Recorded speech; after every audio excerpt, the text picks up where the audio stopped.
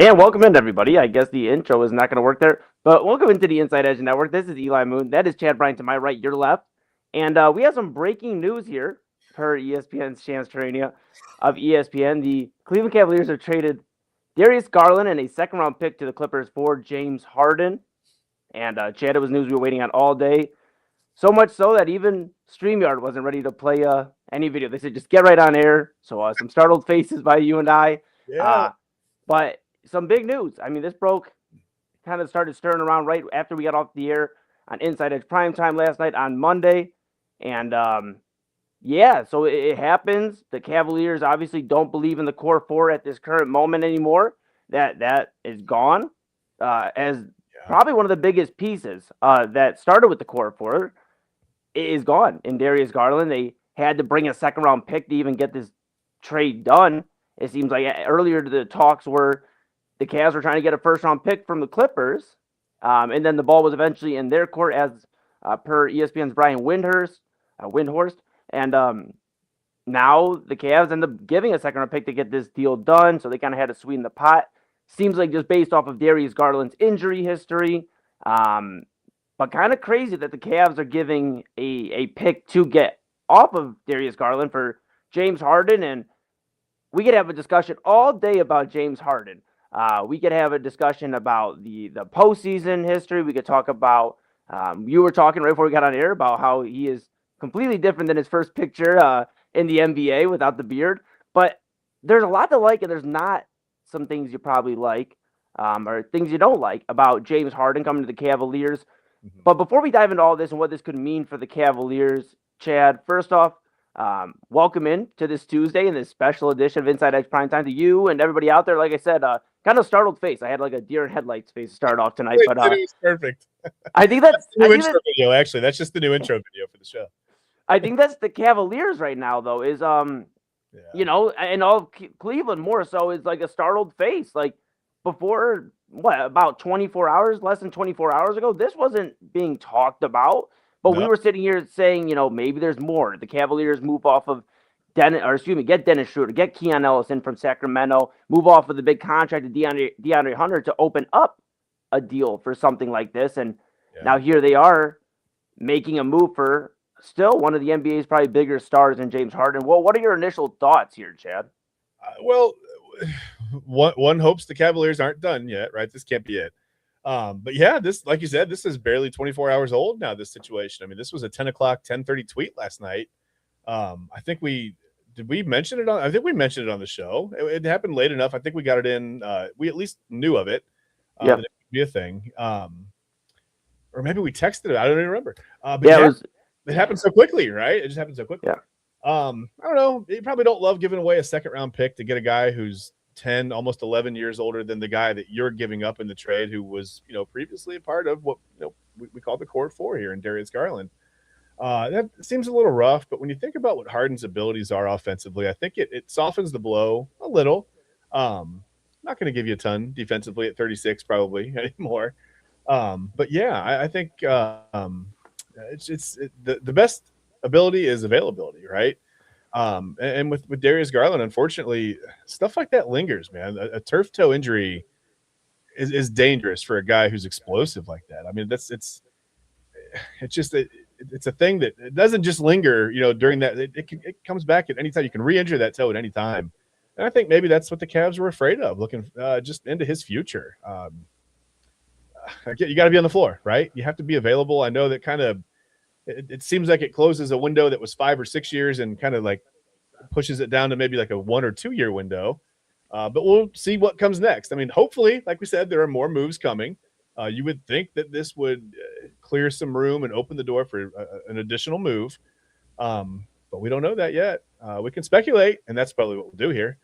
Yeah. That's what we do. But yeah, I don't know. I mean, I guess my initial thoughts were just, it's less than 20. I'm not shocked because we had the precursor, but I guess I'm a little surprised that it did get done. I'm a little surprised the Cavs gave up a second round pick for Harden to ship Darius Garland off like that. Yeah, and this obviously, you know, a big news day for the Cavaliers, right? I mean, there were reports coming out, multiple reports coming out, not only of the James Harden potential, and now it is official that, you know, per ESPN Shams Charania, that the Cavs are trading for James Harden, moving off of Garland, moving off this second round pick. And yeah, it's just a wild day between that and then also the Donovan Mitchell discussion. There's been a report coming around that the Cavs are worried that Donovan Mitchell won't re-sign with them, per Bryan of ESPN. And obviously with Donovan, this offseason being the year the Cavs hopefully can ink him for another extension, keep him here probably for the rest of his career in Cleveland, or the foreseeable future at least. This is a big season. The Cavs and Donovan Mitchell, the second round is not their friend recently in terms of the playoffs. Donovan Mitchell has not made it past the second round in his NBA career. And the Cavaliers have not been able to get back to the Eastern Conference Finals since the LeBron days, right? So that's been over, about 8 years now since they've been able to do something like that. And obviously, Kobe Altman had a lot of faith in this core four. He believed in Darius Garland. He believed in Donovan. He believed in Evan Mobley, and he believed in Jared Allen. That was their core four. And you know what? Dan Gilbert believed so much that he sent the team to the second apron. So, and the Cavaliers being the only team in the second apron, obviously it made it where, hey, we are bought into what we got. We're going to just add pieces around these four, and we're going to make it happen. And gone are those days. As of today, right now, Tuesday, February 3rd, 2026, the core four is no more. Darius Garland is a Los Angeles Clipper, and this is a clearly a win-now move for the Cavaliers, as we keep talking about here. James Harden, 36 years old, which everybody needs to chill on saying 36 is old. I'll be 29 July, and Chad's also getting a little upset because look, all right, but 36, obviously near the end of his career, though. All kidding aside, here in the NBA, probably another 4 or 5 years, and I'm not trying to put the timeline on him for James Harden. I mean, if he wants to play 6-7 years and it's effective basketball here in Cleveland, then we'll take you and we'll keep you here. And welcome to Cleveland officially, James Harden, here from the Inside Edge Network. We're excited to see. I'm excited to see Chad because it's like, okay, yes, the playoff downfalls are there. You think about it with OKC, they had their moments. Harden being a part of that team with Russell Westbrook and Kevin Durant and Serge Ibaka. You think about the really tough ones in Houston with Chris Paul and James Harden never being able to get past the Warriors, and he's just never really found too much success in the playoffs. I'll still take James Harden, however, over Darius Garland, and here's why. I think James Harden is clearly a better scorer, even at this age of his, in this point in his career, than Darius Garland. I also believe he's a better passer and doesn't have to get going early for his scoring to happen. I think for Darius Garland, you got to see him get going early first half, and then the momentum continues to build, but then maybe he's not passing as much. So now it's like, where do you go? James Harden, I think, is going to open up the floor more. I think there's going to be a lot more ball movement, which has been a real big thing for the Cavaliers. They've been very stagnant earlier on, especially in the season, with ball movement on the court and those things, Chad. And I feel like James Harden's going to help that. And it just seems like this may not be the only move the Cavaliers make maybe tonight or at least before the deadline here in a few days. It seems like Giannis could be coming here, or maybe somebody else, Chad. What do you think? Giannis. Yeah, I mean, you hope, like I said, we can see the roster completely changed. I mean, it's funny because Double A sent us the text about the path to completely change the roster, right? And I mean, some pieces are falling now.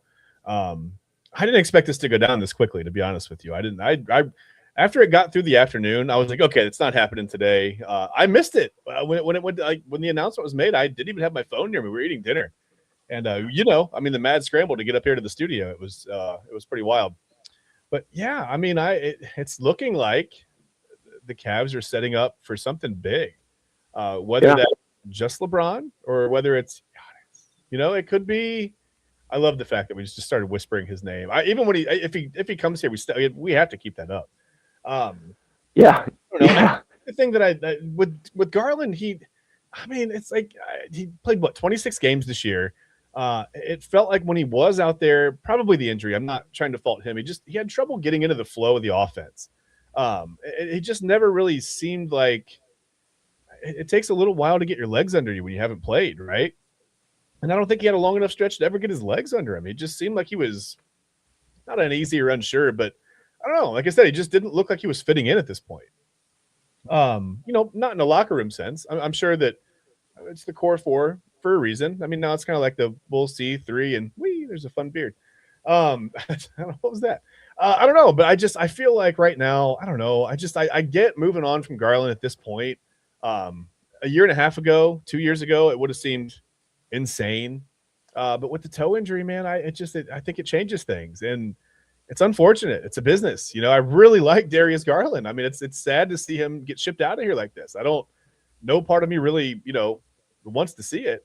I mean, I guess at the end of the day, you probably do make your team a little bit better with James Harden, even at 36, almost 37 in August. He's healthy. He's able to stay on the floor. And like you said, he's a good shooter. He's a good pull up. He can pull up and shoot a three, and he can score, and he can not be involved in scoring, but still be involved in the game, and then hit a big bucket for you. You don't have to see him get into the rhythm, like you said. With Garland, it's like you have to work Garland into the game to keep him. I don't know. It's like I'm not sure what it is. It's just something I can't quite put my finger on with Garland. He's either there or he's really, really not. Yeah. It feels like, Chad, honestly, that Darius Garland just became a part of, Cleveland. And that's, I think, the hardest part of moving off of him. And, we're getting some comments filing in here. We have Nate does HVAC 83. So, I mean, if you need a good HVAC guy, it sounds like Nate's your guy. He did say Garland still could get buckets. He was part of the culture here in Cleveland. I think that's a really good way to put it, Nate. And, yeah, Chad, we had discussions of Darius Garland being, the point guard. Is it him or is it Colin Sexton, who is now, I believe, over in Utah still and doing his thing there? But we were having discussions, and obviously Cleveland chose Darius Garland to build with his core four. So I think there's going to be a large part of Cleveland and the Cavaliers fan base that is going to be hurt a little bit by this. James Harden has never really been truly loyal to a team. Let's also call that. And I'm excited for the move. But he's never been loyal to a team since Oklahoma City, where, in fairness, they kind of turned on him and chose Serge Ibaka over James Harden, so I'm not going to blame him there. But he's never really been loyal. And for Darius Garland, this has been his home since he got drafted out of Vanderbilt. A top 5, top 6 pick. And it seems interesting, that the Cavaliers are like, hey, guess what? No, we're not going to talk about this for weeks. This is going to come out of nowhere. We're putting Garland on the market. And this could have been bad if this didn't get done. Let's say that, too. Because if this news gets out here and we don't get a deal done for James Harden, whoever, and move Garland, then obviously it could have been a lot worse for the Cavaliers. And we're seeing it in Cleveland with the Browns over there in Berea, with Todd Monken and Jim Schwartz, and what a fractured locker room could look like. And we'll discuss Browns later on. We're going to talk this entire, at least first hour, if not longer, about James Harden and the Cavaliers and Darius Garland, now a Clipper, and what that kind of means for the Clippers, too. They had a really, really rough start to the season, and they have just really surged the last month or so. I mean, they've been really good recently. So see what Darius Garland does there. See if he can stay healthy next to Kawhi Leonard, who was just named an All-Star. So very interesting to see what it does for both teams. But I mean, obviously the mood in Cleveland's got to be this feels fresh. This feels fresh. Maybe, Donovan does have somebody that, look, Donovan Mitchell's never been out of the second round. James Harden's never been to an NBA Finals. I mean, these are things that are true, and for both these guys, they'd like to change. And maybe the Cavaliers are that destination where they can do that. And the Cavaliers are showing Donovan, hey, we believe in you. You are our star piece. So whatever is going to get it done to get you further, get us further as an organization, that is what we're going to do.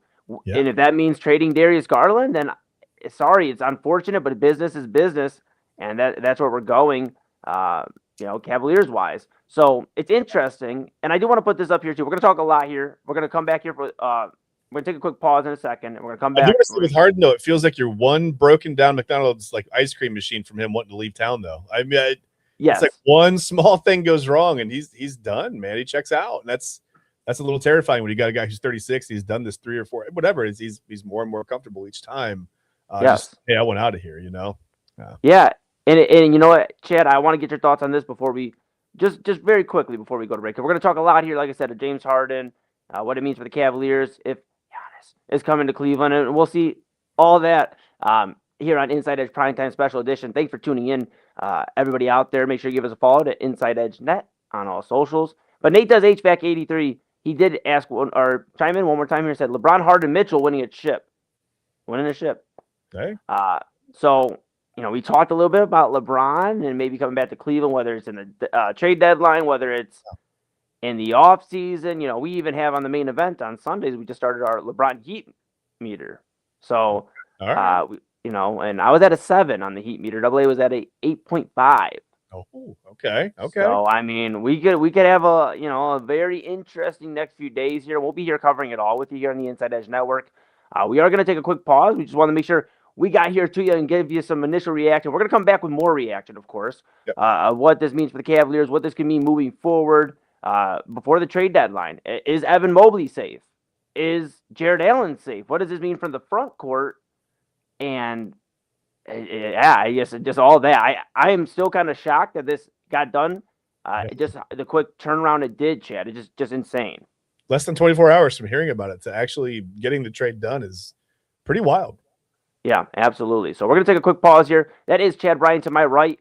I am Eli Moon. This is technically Inside Edge Prime Time, but we're going to call this the coverage of the Cavs-Clippers trade with James Harden coming to Cleveland and Darius Garland and a second-round pick going to the Los Angeles Clippers. That is per ESPN's Shams Charania. And we're going to keep talking about that. Later on, we're going to discuss the Browns. Chad, Todd Monken, he tried to impress in Berea. Him, Jimmy Haslam, Andrew Barry, everybody has some things to say. We'll talk about all of that. Yep. And then we're going to discuss Dennis Rodman just later on in all of this. And why not? Because Dennis Rodman is always so much fun to discuss. Yeah. If there wasn't two crazy news stories out of Cleveland today, we'd probably lead the show. But we're going to talk Dennis Rodman to end here on our Inside Edge Primetime Special Edition. So you get a little bit extra time here with Chad and I. Take a pause. When we come back, we'll talk more Cavs, Harden, Clippers, Garland. This is the Inside Edge Network. We're back after this.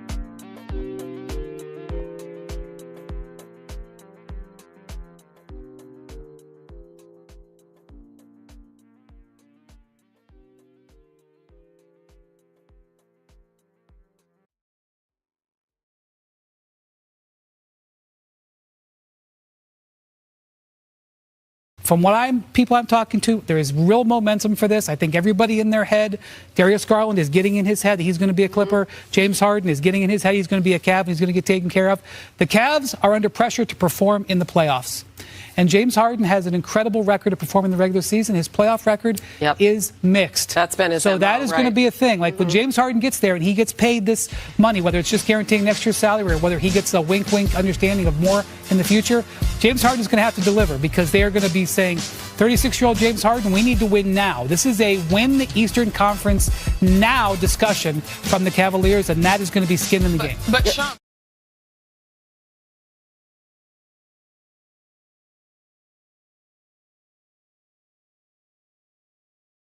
And welcome back to Inside Edge and Prime Time, and this is the Inside Edge Network. And I'm so confused right now because James Harden is a Cavalier. That's right. Chad Bryan to my right, your left. I'm Eli Moon. This is, again, Inside Edge Prime Time with both of us, and this is the Inside Edge Network. This is live coverage of the Cleveland Cavaliers making a trade per ESPN Shams Charania for James Harden, moving Darius Garland and a second-round pick, a beloved member of the Cleveland Cavaliers, but a guy that just hasn't, unfortunately, stepped up in postseason play, and we move him for a guy that clearly has had nothing but success in the postseason, Chad, in James Harden. All jokes aside, that is the big discussion, is what does this mean for the postseason? And obviously, thanks to ESPN for the clip there with Brian Windhorst, kind of breaking down all day the Cavaliers. It kind of feels like Donovan Mitchell day all over again when they made the trade for him years ago. But that's the biggest question, right, is postseason, because James Harden could come into Cleveland and have 3 to 4 spectacular 40-point games, wow us here in Cleveland, wow the national media. But if it doesn't amount to an NBA Finals appearance now, it really feels like the Cavaliers have put themselves in a tough spot. This isn't James Harden that is 28, 31 even. This is James Harden who is 36 years old. We talked in the opening segment. This is a clear win now move. But Chad, I got to ask you this. Do you feel, if this is the only move the Cavaliers make, do you feel this could be bad for the Cavaliers? And I guess when I mean bad, I mean just not enough to get them over the hump. Because to me, this feels like the Cavs are starting to get the Infinity Stones together. They're starting to get, all these guys that could just win one more time and do it in a remarkable way in Cleveland. Cleveland's one of those places too, right? I mean, I know we live here, but Cleveland's one of those places. You win in Cleveland, it's like winning like in Giannis, winning in Milwaukee. I mean, you win in some of these spots, it's different than maybe winning it with Los Angeles, the Lakers, and things like that. So I got to ask, if this is the only move, and I know they also made a move for Dennis Schroeder and Keon Ellis, but big time moves. If they only do this, do you feel this is enough to get them over the hump to get to the NBA Finals? Probably not, to be honest with you. I mean, we saw the front court completely go away in a couple of different series over the last 2 years. And not in the sense that there weren't some points scored or whatever, but it's just, as far as having a positive impact on the game, defensively, offensive, both sides of the floor, whatever, I just didn't get it done, right? That's why we keep talking about Evan Mobley finally taking this step forward. I think a lot of people want to hold on to Mobley just for the sake of holding on to him, but I think if you do have to give him up in a trade for Giannis, I think if you're the Cavs, I think you're okay with that. It's going to feel bad, I think, to lose, if you lose Garland and Mobley in the same season, especially in the same week, really.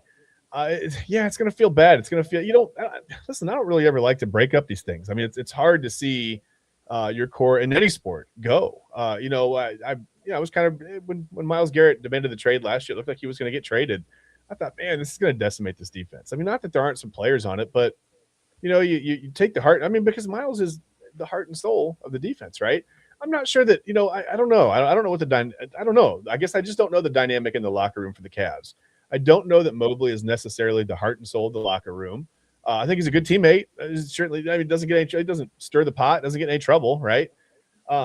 It's just he also hasn't really taken that step forward that we've expected him to take for the last 3 or 4 seasons, and he's gotten better, but it's been a very gradual increase, which is okay. I mean, listen, it's not easy to play in the NBA, right? If it was, everybody would do it. It's just I think we expected a little more out of him, and I think we're going to have to get a lot Oh, lost Chad for a moment. more out of him. If this trade is it, we're going to have to see a lot Yeah. more out of Mobley and a lot more out of Jared No, Allen. we got you. You know, and we got My you. bad? You know, with Okay, the good. front court, you're pretty much saying like just not enough out of Mobley, not enough out of Allen, and I mean, Yeah. granted, Jared Allen the other night against Portland, incredible game, 40 points, so 17 rebounds, I believe, for Jared Allen, 5 assists in less than 30 minutes of play. I mean, that's first player in NBA history to do that. So pretty remarkable. And honestly, Jared Allen either just put himself as the highest trade value he's been as a Cavalier, Yeah. or he just saved himself as the member of the front court that stays between him and Mobley. I mean, I think it was kind of an extenuating circumstance, right? You had a little bit of a slower player on, he feasted on one, and for one game, one night, and it's great. Don't get me wrong, very efficient. Great game. But that's more of the outlier rather than the expectation of what you're going to get out of him, especially in the playoffs, right? So, yeah. I don't know. It's a great game. It's a fun game, but I just don't know if that's what we can expect moving forward, obviously. Yeah, and we'll have to keep an eye on that. Now, the Cavaliers obviously backcourt now, Donovan Mitchell, James Harden. Crazy to even think that we were in 2026, and that is our backcourt. Wild. But also to think about this too, Jalen Tyson, right? I mean, how instrumental has he been in terms of the Cavaliers being able to review this core for a little bit more? Him getting closer to Donovan. I mentioned the story that I heard on a Cavs broadcast where, earlier in the season, Jalen Tyson saw Donovan on the team playing. They're obviously on the same team playing. It wasn't like a surprise that he was on there, but he's they're going to Milwaukee too. Dude, did we just become best friends? But he saw him on the plane and reviewing game film, and he asked if he could. He sat down and said, "Yeah, can I study it with you?" And since then, Donovan's taken him under his wing. You saw Jalen Tyson going to bat for Donovan when LeBron was back home, saying this is Donovan's city. Yeah. And you got to think Jalen Tyson, first round pick. 2 years ago, and now he's a second-year player, really developing into somebody that the Cavs can look at as their new core. And maybe this isn't a core four. Maybe we need to think of a different term. But this is starting to feel like, like I said, the Avengers when they're getting ready for Endgame. Maybe not Thanos. Maybe we're the good guys. I don't want to think of us as the bad guys, but we're like that's the edge we need going into the playoffs. Maybe that's the exact edge that they need. Maybe that's the persona they need to take on to get out of the second round. Yeah, because I do think about that, Chad. I was sitting here earlier thinking before we went on air. I said, okay, if they do make a trade for Giannis, maybe they make a move for LeBron, whether that's right here at the NBA trade deadline, which is something to think about a lot more. The Cavs have inquired about quite a few stars, even with Dallas, with Anthony Davis, per Windhorst. So, they have inquired about everybody. I have to imagine they inquired about LeBron here at this point. Maybe just not reached the news cycle yet. The initial conversation, not the advanced talks, right? Not preliminary. Yeah. We had preliminary, then we had advanced talks. Now we have an official trade. So there's the scale of that, I think. All the wording this week was really weird on all the. I was like, what's happening here? Yeah, they're motivated. At one point, I think I saw a tweet from Chris Haynes that they were motivated, both sides, the Clippers and the Cavs, to get this deal done, and clearly motivation got this deal done. So, I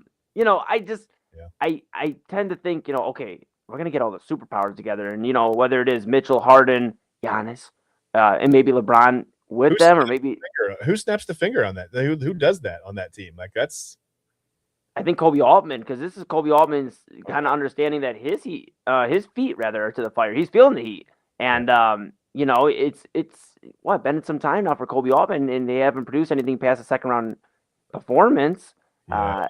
You got to think he's feeling the heat a little bit. So he's like, guess what? Okay, team development has been great, but at this point, team development's only going to get you so far. Clearly, with this team development, this core, and I need to use the assets I have to win a championship, because that's the ultimate goal in the NBA. You could be sustainable for 15 years, but if you don't win, it's not going to be exciting. Yeah, it's for any sport. The Buffalo Bills have been sustainable since Josh Allen's been there, but they haven't won, so they still feel like they're in the same spot.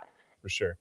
That's kind of where Kobe Altman, I'd imagine, feels, and Donovan Mitchell. And at the end of the day, if you want Donovan to sign, you kind of got to go crazy. This is going to look crazy to some people. You talk about the age difference. 26 years old, Darius Garland, 36, James Harden.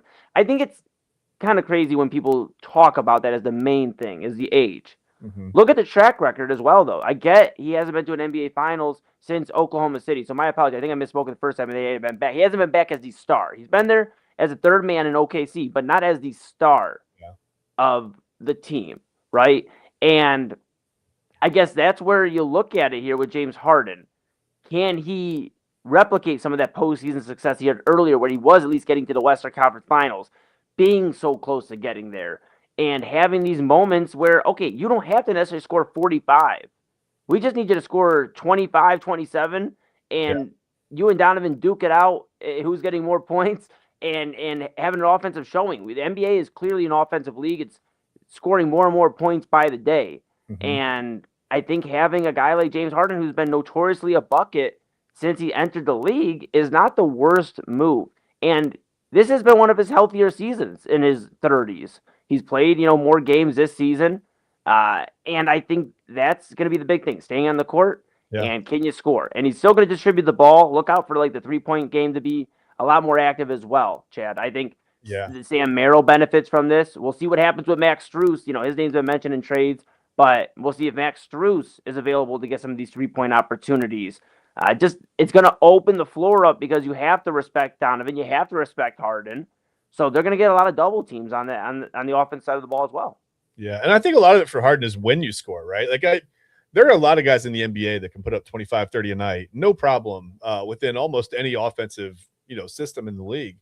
But sometimes I think being a veteran and knowing when your team needs you to kind of pour it on and get some buckets, if somebody's going away or I don't know, it's just sometimes, basketball is such a game of runs and it's such a game of guys can be streaky, right? And if you can get somebody going when somebody else, if Harden can pick it up when Mitchell, needs a break, not even physically needs a break off the floor, might be playing, but it's a lot. We've asked Donovan Mitchell to shoulder a lot of this load for the past couple of seasons. When he needs that physical break, he can still be on the floor playing. He can still be an option, but Harden can pick that slack up a little more than Garland seemed to maybe be able to going forward. I mean, he's shown that like kind of flashes of being that in the past, but in the postseason, it kind of goes away.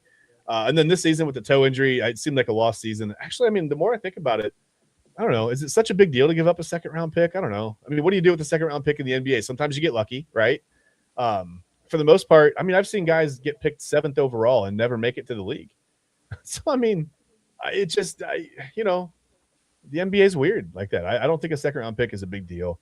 But I think there also has to be another move, like we said. I mean, this can't be it.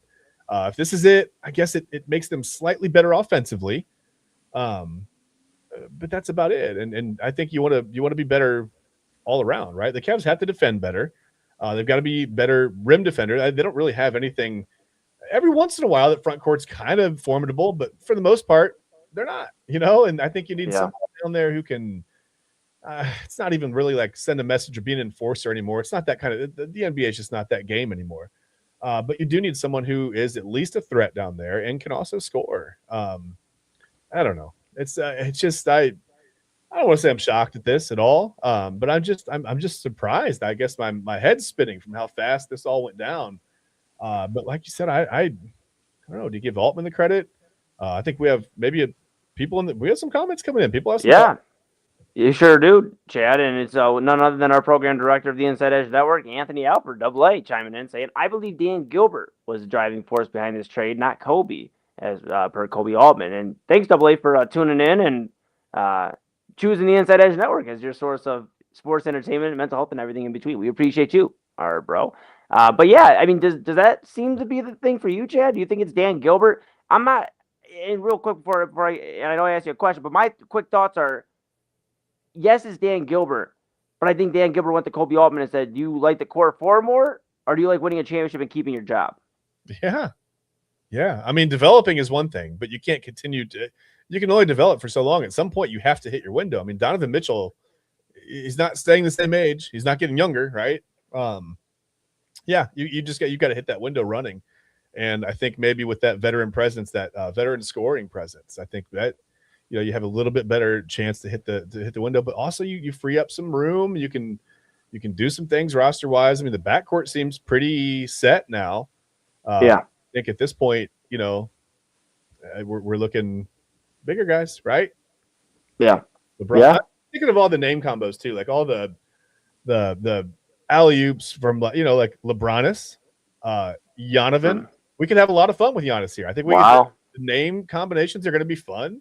Winning another championship could be fun, but I mean they have to do something, Eli, because this felt like the year. I mean, the Eastern Conference was so wide open coming into the season, and the Cavs tripped out of the gate. I mean, and it's they get back up and they'd stumble, they get up and they'd stumble. Can't afford to stumble anymore. You gotta move forward. You have to move forward now. With 36-year-old James Harden, again, not old, but by NBA standards, it's a little bit older. I think you ramp that up. It is win right now. Like not win next year, a couple years, we'll develop these guys. No, it's win now. Yeah, so, and it's for now, especially Chad, exactly Chad, and especially with Boston, right, getting better today. They got Nikola Vucevic over from Chicago, so they just increased, the strength of their front court. They let Porzingis walk, or moved on from him in the offseason rather. Traded him. I mean, they had kind of an opening in that front court, and Nikola Vucevic, he's a really good guy to have on the glass. So if you're the Cavaliers, you're looking at what Boston's doing, what New York's doing. Obviously, they're going to be big players in this Giannis market and other guys, and I don't think they're going to stand quiet, especially with the Cavs making a move like this, Boston getting better. You mentioned it, Chad. This is the year for all these teams to kind of take advantage. Indiana really having a rough year without Tyrese Halliburton, just not really look good. They lost Miles Turner when he went to Milwaukee. He's not having a good time in Milwaukee. This is the AFC without the Chiefs. I didn't mean to cut you off, but this is the AFC without the Chiefs on top of their game. Like, this is what it is. Somebody's got to step. Yeah, and we'll see if the Cavs do it. We'll keep an eye on everything because I don't know if the Cavaliers are done tonight. I mean, it feels like it's like midnight, but it's only 9 o'clock here on the East Coast.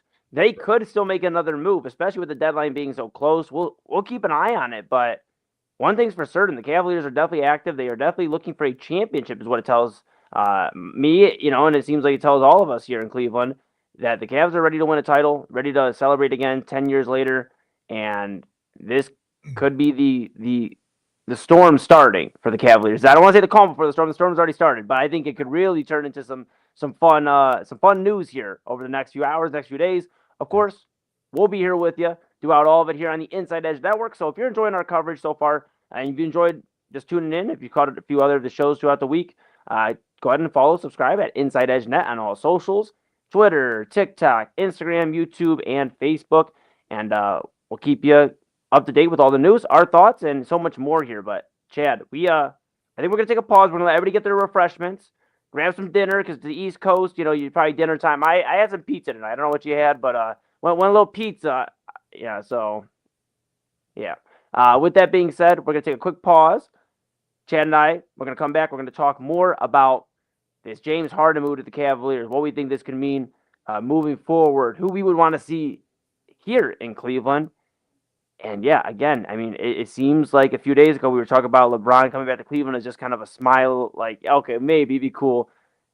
Yeah. And it seems like it's getting a little bit more real. So with that being said, we're going to take a quick pause. This is the Inside Edge Network. That is Chad Bryan. I'm Eli Moon. We're going to come back with more coverage of the Cleveland Cavaliers trading for James Harden, Darius Garland, now a Los Angeles Clipper. We're back after this.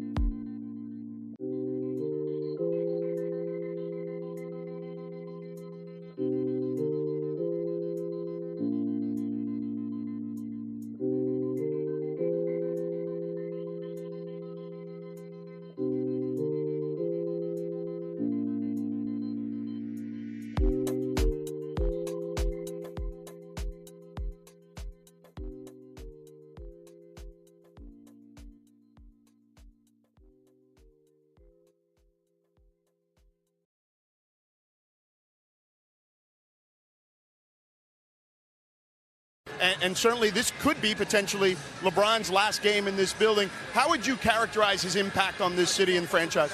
Well, you can say something too. This is Donovan Mitchell city now. This is Donovan Mitchell city now. When he come back here, we're going to make sure that everybody root for him like they did for him. So this is his stuff. This is his city. Yes, sir, Jalen. Donovan, do you have any thoughts on both? As much as I appreciate that, at the end of the day, he's laid the foundation, right? Like, they've done a lot for the city being from here. Obviously we want to replicate that, you know what I'm saying? So he deserves the energy that he's got here. At the end of the day, first title in 50-something years. For us, we're trying to do it, obviously, differently, but, at the end of the day, we're trying to find ways to go out there and bring a city another championship. But when you have support like that, from your teammates, man, it means the world. Yeah, it's certainly a great connection between you guys right now and this team right now. Donovan, congratulations. Yes, sir, I appreciate it. Thank you. Mike? All right, George, Donovan Mitchell won.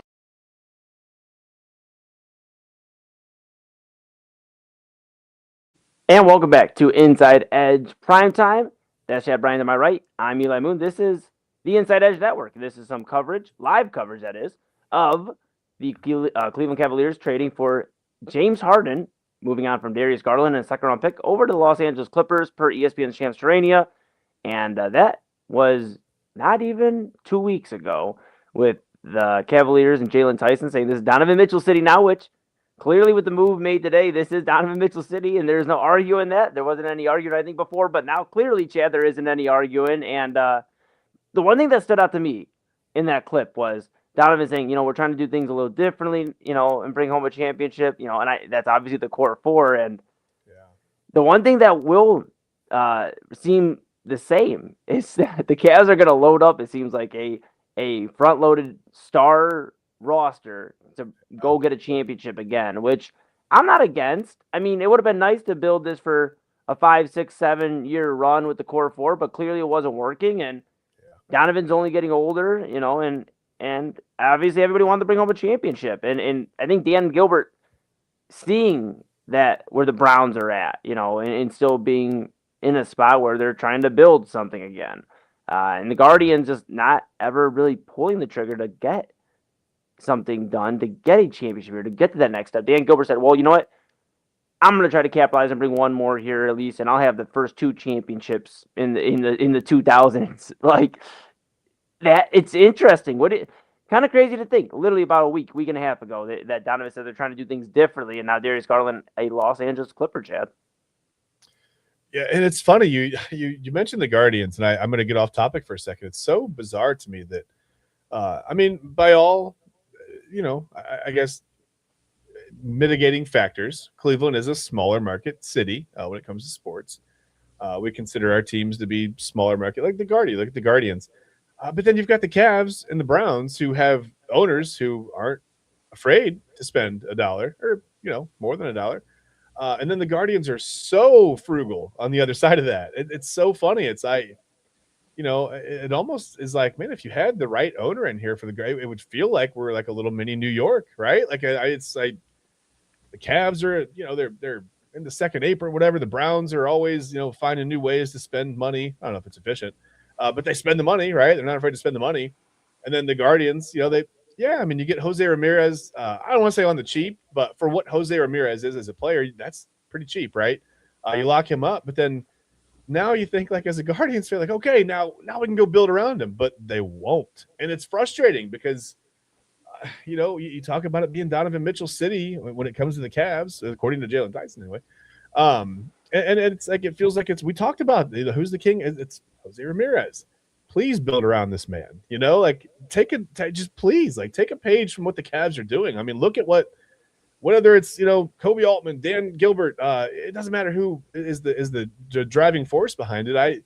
It's getting done, and it seems like it's a little bit of a radical play, right? It's definitely not conservative. I mean, we're definitely on the other side of that now. But I think sometimes you have to do what you have to do to take a chance. You don't win big if you don't gamble a little bit, right? When it comes to being an owner of a team, like, you've got to spend money on a free agent. You've got to go get a guy. You got to make a big trade. You got to, what do they say, Eli? If you want to make an omelet, you got to break a few eggs, right? It's true. And yeah, I mean, not necessarily the greatest omelet maker, but I completely get the analogy. And Yeah, Oh, no, for the Cavs. Selling mine. Like, how did that get in there? Yeah. I've been seeing, complete side note, Facebook, social media is so crazy with the algorithm nowadays. I'll mention cooking for like a day or two, and then I'll get like the most crazy Facebook inventions ever. People are wild cooking nowadays. But that all aside, Anyway, you you're know, not hungry. I just ate dinner. yeah, but ESPN did give a breakdown of this trade. This is actually from Kevin Pelton of ESPN, and he gave the Cavs a B on the trade, and he gave the Clippers a B minus. Just talk about how, like, for the Clippers, this brings in the future. Darius Garland is still 26 years old. If he can get his health back on track, I mean, he is a cornerstone for the Clippers, who not too long ago gave up Shai Gilgeous-Alexander, and look what he's doing now. Reigning MVP. NBA champion. The Clippers maybe trying to right their wrongs there and get a point guard for the future, and that could be Darius Garland. So that's the view there. And then obviously for the Cavs, we keep talking about this is a win now move. This is a get it done right now. If you can't get LeBron in this NBA trade deadline, which doesn't seem likely, seems like more of an offseason move. But if you can get him in the offseason, then okay, you have a 2, 3, 4, maybe 4-year window. That's asking for a lot, but that's really the maximum you're going to get. And then you just get one more little stretch, little 4-year window, and you go try to win it again as many times as you can.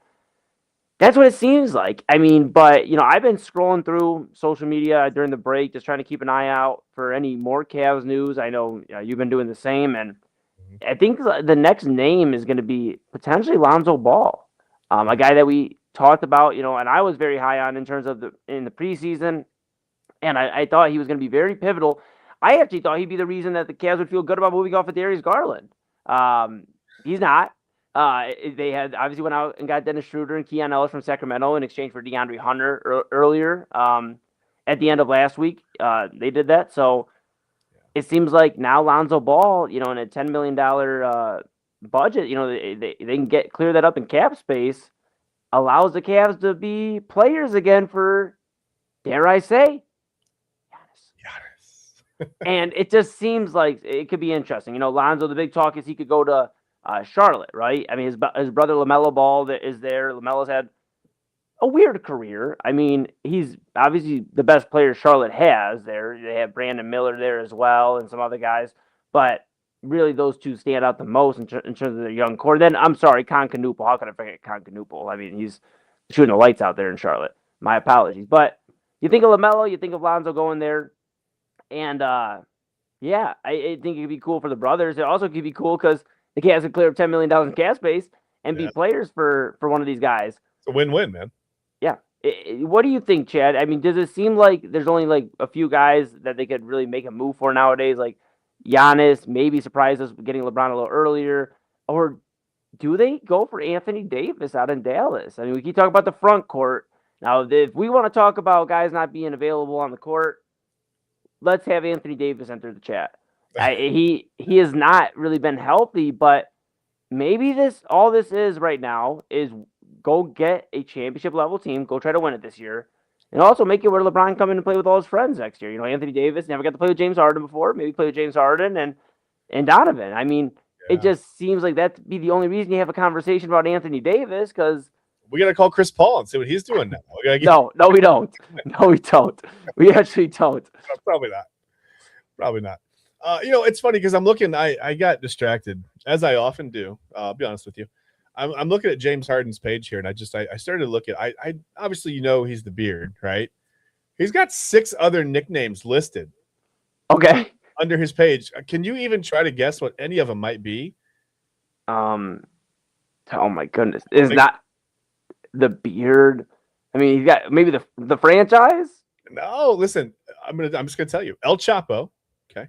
No way. Okay, go ahead. This one maybe like Jimbo Slice. I don't know what these are about. Honey Bun. I'm not sure where that. I don't know. Not sure. Honey Bun. Uno. Okay, that makes sense. The System and St. James. I just Jimbo Slice almost took me out just a second ago. Wait, are we gonna have St. James and King James in Cleveland? Is that what you're telling me? Yeah, maybe. Do we not do that? And then, dude, that's actually the perfect chat. I think we lost you for a moment. Greek Freak, St. James. I think we lost Chad here for a moment. I think he's just so excited about James Harden's nicknames and everything there. But yeah, just if you're just now tuning in here, Inside Edge Network, live coverage of James Harden and the Clippers and all that. Chad, we lost it for a moment. It was actually perfect. It was like our version of like Brian Windhurst when he like had his hands up and like didn't know what was going on with the Utah Jazz. It was like your face was like shocked, and I think it was just because you had so much St. James, King James overload. I got Jimbo sliced. Right out of the. Yeah, I was gone for a second. I'm good. Honey Bun has to be from when he was trying to get traded from like Houston. Remember, and they're like, he looks heavier than he's usually been. That has to be. That has to be then. Honey Bun. That's crazy, Honey Bun. Well, that's some of the crazy stuff I've seen. I'm still trying to make all sense of this. Right? It's only broke about an hour ago. Honey Bun, but that's fine. Yeah. Yeah. Hey, I could go for a honey bun. I'm not gonna lie. We always talk about food. I know. It's like we've ate dinner already. We're prime time. We're on the East Coast. But anyways, yeah. Just still trying to make sense of all this. Here we are, about an hour in. You're about to hit the hour mark.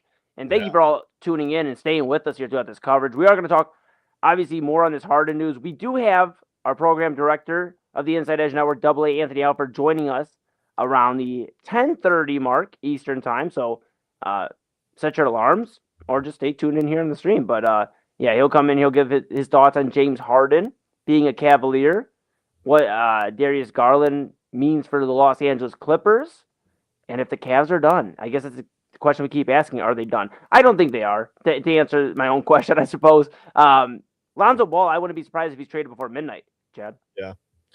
Yeah, I think that's a move they kind of have to make. It just kind of it fell flat on its face, right? It just didn't really work.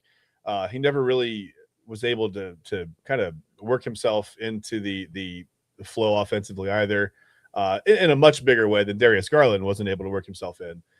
He just never really. It just didn't seem like he fit, Yeah, I don't know. I was excited about it at first, like you said. I thought that would be the reason that.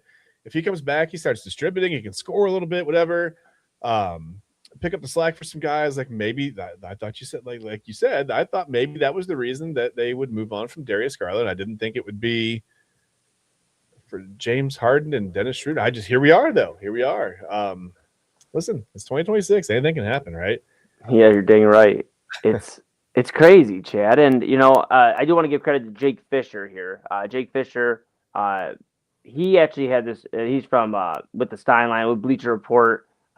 So Jake Fisher mentioned this at 8:23 Eastern time here tonight. The Cavaliers aren't done either. Cleveland is very much still working towards finding a trade partner to assume Lonzo Ball's $10 million salary per sources. So just what we're talking about here, but just that's what originally where I saw it from. So I just want to give credit to Jake Fisher here on that. But yeah, and I think that'd be doing right by Lonzo. He gets to at least go chill with his brother and go do that. And like I said, it just clears up some space for the Cavs to make one more big move, and it kind of feels like some adrenaline was just shot back into the city here for basketball. We were texting even during the break, Chad, just kind of feels a little odd. Like the Cavs have been kind of status quo for the last 6 to 8 months, and just kind of doing the same thing.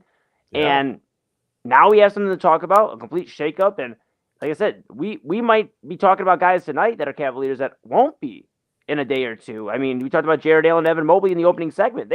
One of those guys may not be a Cavalier by the end of this week. Crazy to think about. Honest, one of those guys is definitely gone. Definitely gone. Yeah. If you're the Cavs, I think you're protecting Jalen Tyson. That you're trying to get any of these deals done without Jalen Tyson being moved. And everybody's going to want Jalen Tyson right now too. Yeah, I know. It's good.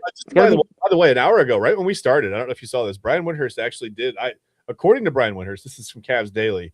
It says the Cavs have talked to the Bucks and Mavs about Giannis and about Anthony Davis. So there is where there's smoke, right? There seems to be smoke. We got the proverbial smoke. So we'll see if any fire breaks out or how soon it takes for the fire to spread, because it seems like it's going quickly. Wouldn't it be nuts, Chad?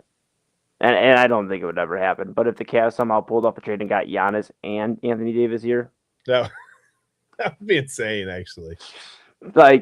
Could you imagine? I guess my mind's in NBA 2K mode now. And then LeBron came back next year. What would that starting lineup even look like? That would be crazy.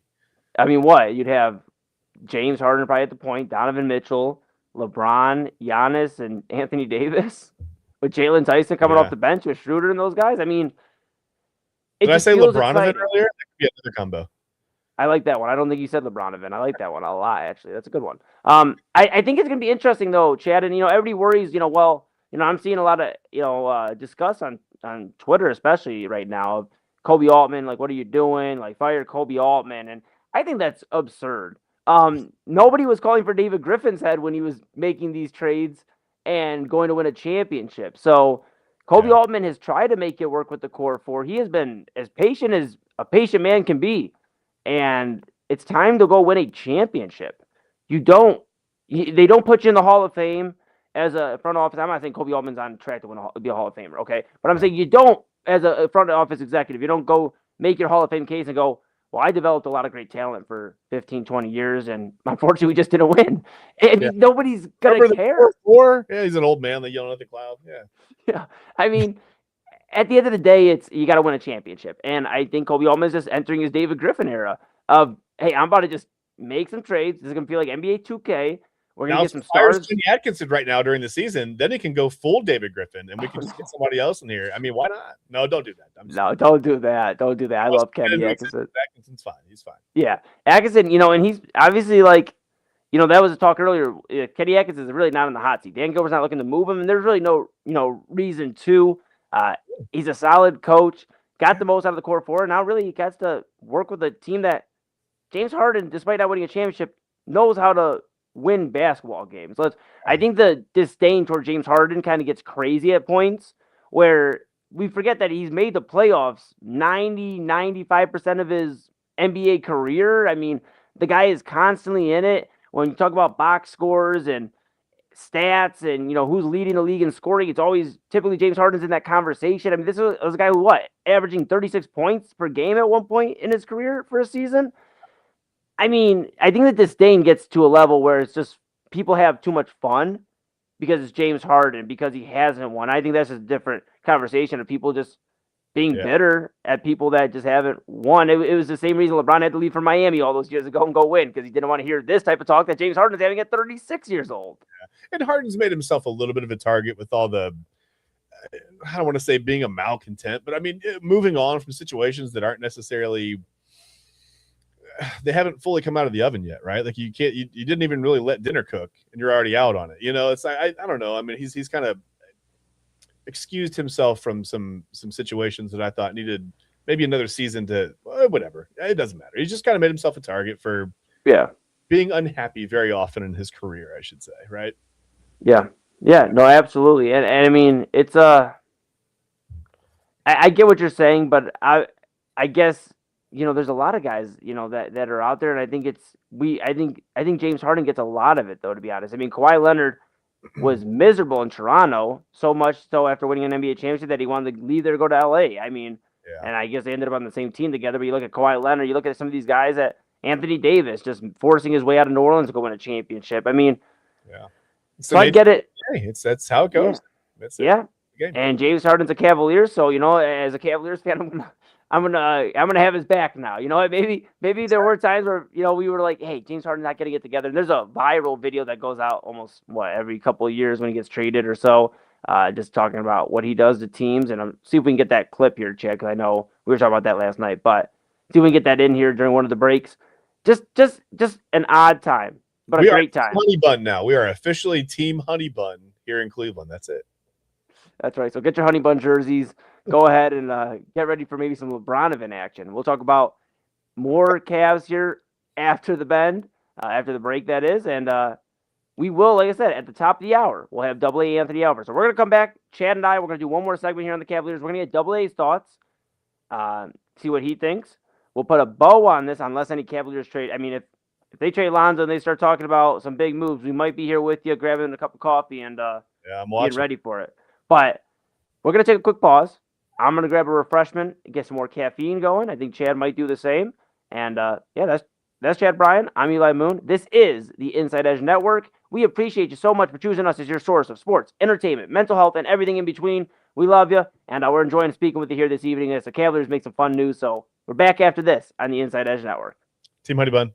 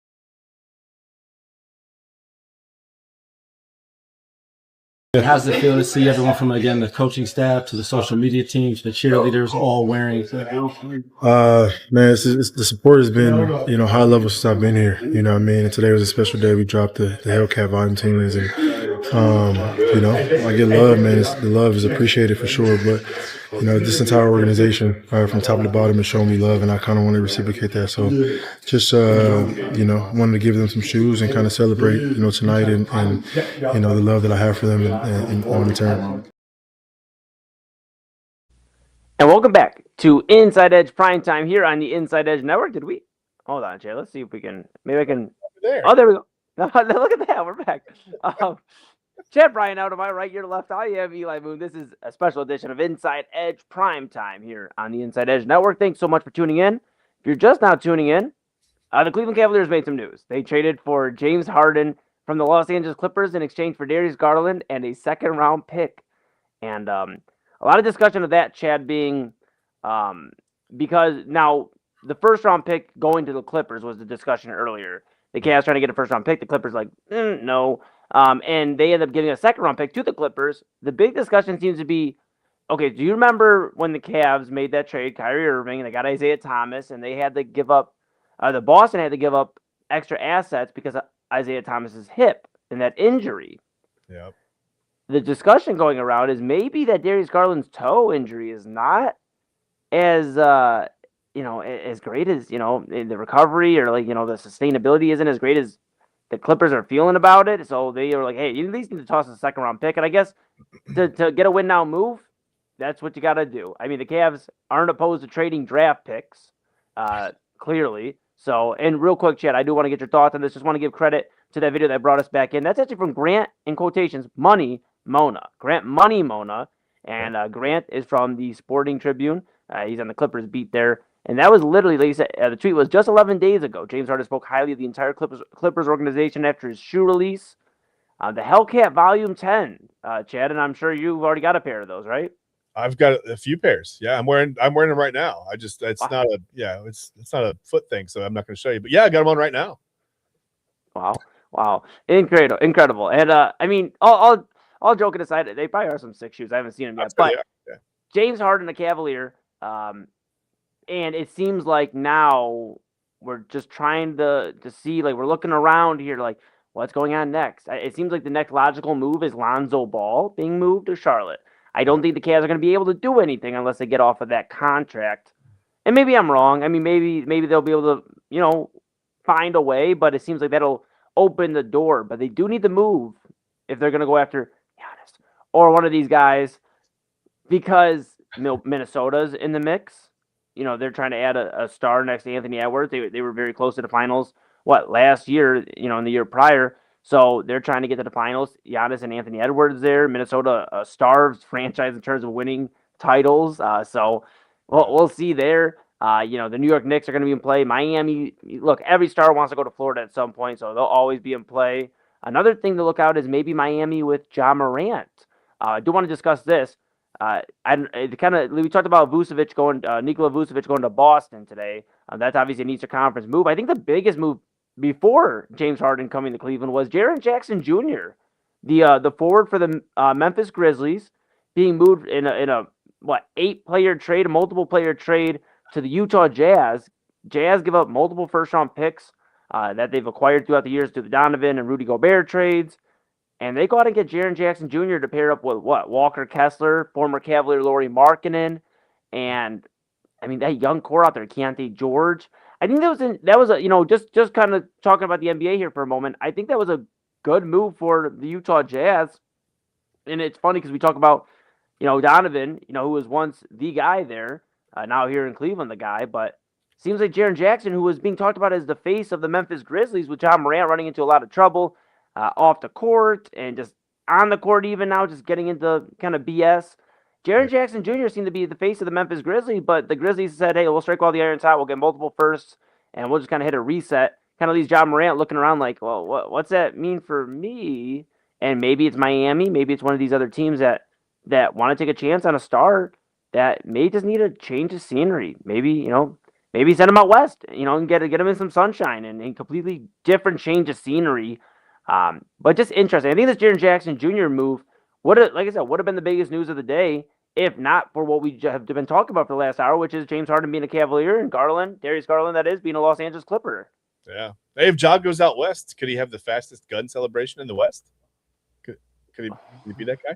Listen, I was looking at some stuff. Actually, this is a real thing. I was looking at some stats, just trying to further talk myself into the James Harden thing, which I'm, I think I am. I think I'm a little excited about it. It gets better and better. Donovan Mitchell was at his highest minutes, just his highest usage since he's been in Utah. You mentioned Utah, Donovan Mitchell. That seems like, ages ago. Like I said, not old, not getting old, but he's not a young man either. And the Cavs are just putting a lot on his shoulders. So I think this hopefully can let him take a few maybe actual breaks. We talked about him being on the floor and getting a break. Maybe he needs to go rest a little bit, right? Hopefully Harden can pick up that slack. Like I said, it's another reason that I think Harden helps out. You just give a little bit of a reprieve, I guess, to Donovan Mitchell. He doesn't have to do everything when it comes to being a consistent scorer. Yeah, no, absolutely. I think it's gonna be interesting. A lot of teams making a lot of interesting moves. Like I said, the Cavs making moves today for Harden. A few days ago made a trade for Schroeder and Ellis. Keon Ellis and Dennis Schroeder being here in Cleveland. Just very, very interesting. I'm excited. I'm with you. I'm so excited. Like we have to go defensively? They've gotten better offensively, right? Yeah. Oh, we lost Chad for just a moment. And better defensively. Yeah. No, exactly. And Chad, honestly, it's exciting to think about what the Cavs could look like after the All-Star break, after, say, get some games together, Harden and Mitchell, whoever else is going to be here. But this is really exciting, and the Cavs took care of it. We talked about it here on the Inside Edge Network, you with the Sunday Sports Show, UTK and Ryan Mosser, and then main event with Robert Zicki, Double A Anthony Alford, and myself, which we will have Double A Anthony Alford here at the halfway mark of the hour here in about 21 minutes. We'll have Double A Anthony Alford, who celebrated his 34th birthday on Sunday. So you'll get to talk to him about his birthday a little bit too, Chad. See how that very was going. Publicly, thanks to you guys, right? It was very public. Yes, absolutely. But we talked about the Cavs preparing for a trade maybe, and it seemed like Darius Garland was a little bit more expendable, and here we are, a few days later, and he is no longer a Cavalier. Just crazy how the NBA world comes at you so fast, and it feels like, Chad, do we have to go to bed? Like, I know it's like it's 10:10 here on the East Coast. we got another hour and a half at least, probably here rocking and rolling, Cavs, Browns, and some maybe Rodman talk at the end. I'm excited. You brought the story up yesterday, and I'm excited. But news of the day was all the Todd Monken stuff, and we haven't even gotten to that yet. So yeah, Todd Monken is actually upset probably with us right now that we haven't talked about his press conference. I'm sure he is. So he's a pretty loyal watcher of the network. So yeah, I mean even before he was brought here. I mean, and we had obviously breaking news, our Inside Edge exclusive with some of his test answers. So exactly. Think about that. So upset with us already for exposing his answers. True. So we got to get down to his good side. All right. Well, with that being said, we got a lot to work on here on the Inside Edge Network. But yes, again, Chad Bryan to my right, your left. I'm Eli Moon, and just a lot of stuff going on here, right? John Morant still a talk of trade discussions. Anthony Davis. Giannis Antetokounmpo. I mean, Lonzo Ball is a smaller trade, but a name that at once was a top 2 draft pick. And Cavaliers moving off of him potentially here to pair him back up with his brother LaMelo in Charlotte, which I think will be cool just as a side story. And I do want to mention too, Chris Haynes also had it reported. We talked about Concanoople just as we're going to some NBA news hitting the surface here, right? Breaking. Concanoople actually I think is entering the 3-point competition. So that just broke about 15 minutes ago or so. But Concanoople, he is going to participate in the 3-point contest during All-Star Weekend. That, like I said, per Chris Haynes is where I got that. So he'll join some very important names here. 20 years old. Not to make you feel old, Chad, but he was born in 2005. Oh yeah, that's old. I mean, wow. How does he even walk around? Well, I did. Yeah, I see what you did there. All right, so Concanoople. Yeah, it's me that's old. I'm sorry. Yeah, it's me. No. So here's the thing. Concanoople is the only star really announced so far, in terms of 3-point stars has been announced. But we'll keep an eye on that too. Maybe we get like Sam Merrill in there or something. Donovan wore his jersey a few All-Star games ago, so Eli, it's crazy that we're at the point where adults are born in the 2000s. By the way, that's yeah. I thought I was old, like when I always talk about my little brother. Shout out my little brother Austin over at Ohio State. He's a Buckeye and he's finishing up his degree there. Really, really proud of him. But it is crazy that he was born in 2002, and I thought that was like, okay, bro, like, 'cause I'm a 97 baby, and that still gets a lot of crap from a lot of people, like, oh, whatever, dude, like, you're making me feel old, but like, in high school in 97. I love that. That's great. dude, but like 2002, and then like, 2005 for Concanoople. We talked about in tennis, even Carlos Alcaraz being 22 years old. I mean, these guys making me feel old. And I'm 28 years old. I'll be 29 in July. I feel old sometimes, and I'd imagine that's how Double A feels turning 34 the other day. I mean, you got to hear these James Harden discussions of being 36. Double A just turned 34. Yeah, it's tough. It's tough. I've noticed with every year, things start to shut down, right? Like athleticism goes away, your speed, the jumping ability. I used to be able to dunk a basketball. That's not a thing anymore. I mean, I can still palm a basketball. I'm pretty fired up about that, but I can't dunk one anymore. No, that's funny. That's funny. And you know what? Just talk about the All-Star here for a moment. I'll tell you this on a quick side note. I lived downtown actually when the Cavaliers hosted, like the Cleveland hosted the All-Star game. Yeah. And all that stuff was going on. And I was like, this is going to be amazing. Yeah. And then my family planned a big old trip to Vegas. And I'm not mad about it. It was my first time to Vegas. We took like 20-something of us out there, family, to celebrate my cousin's 21st birthday. And we had a ball. Yeah. But I just kept seeing all the posts. And I'm like, I live downtown. I live on East 12.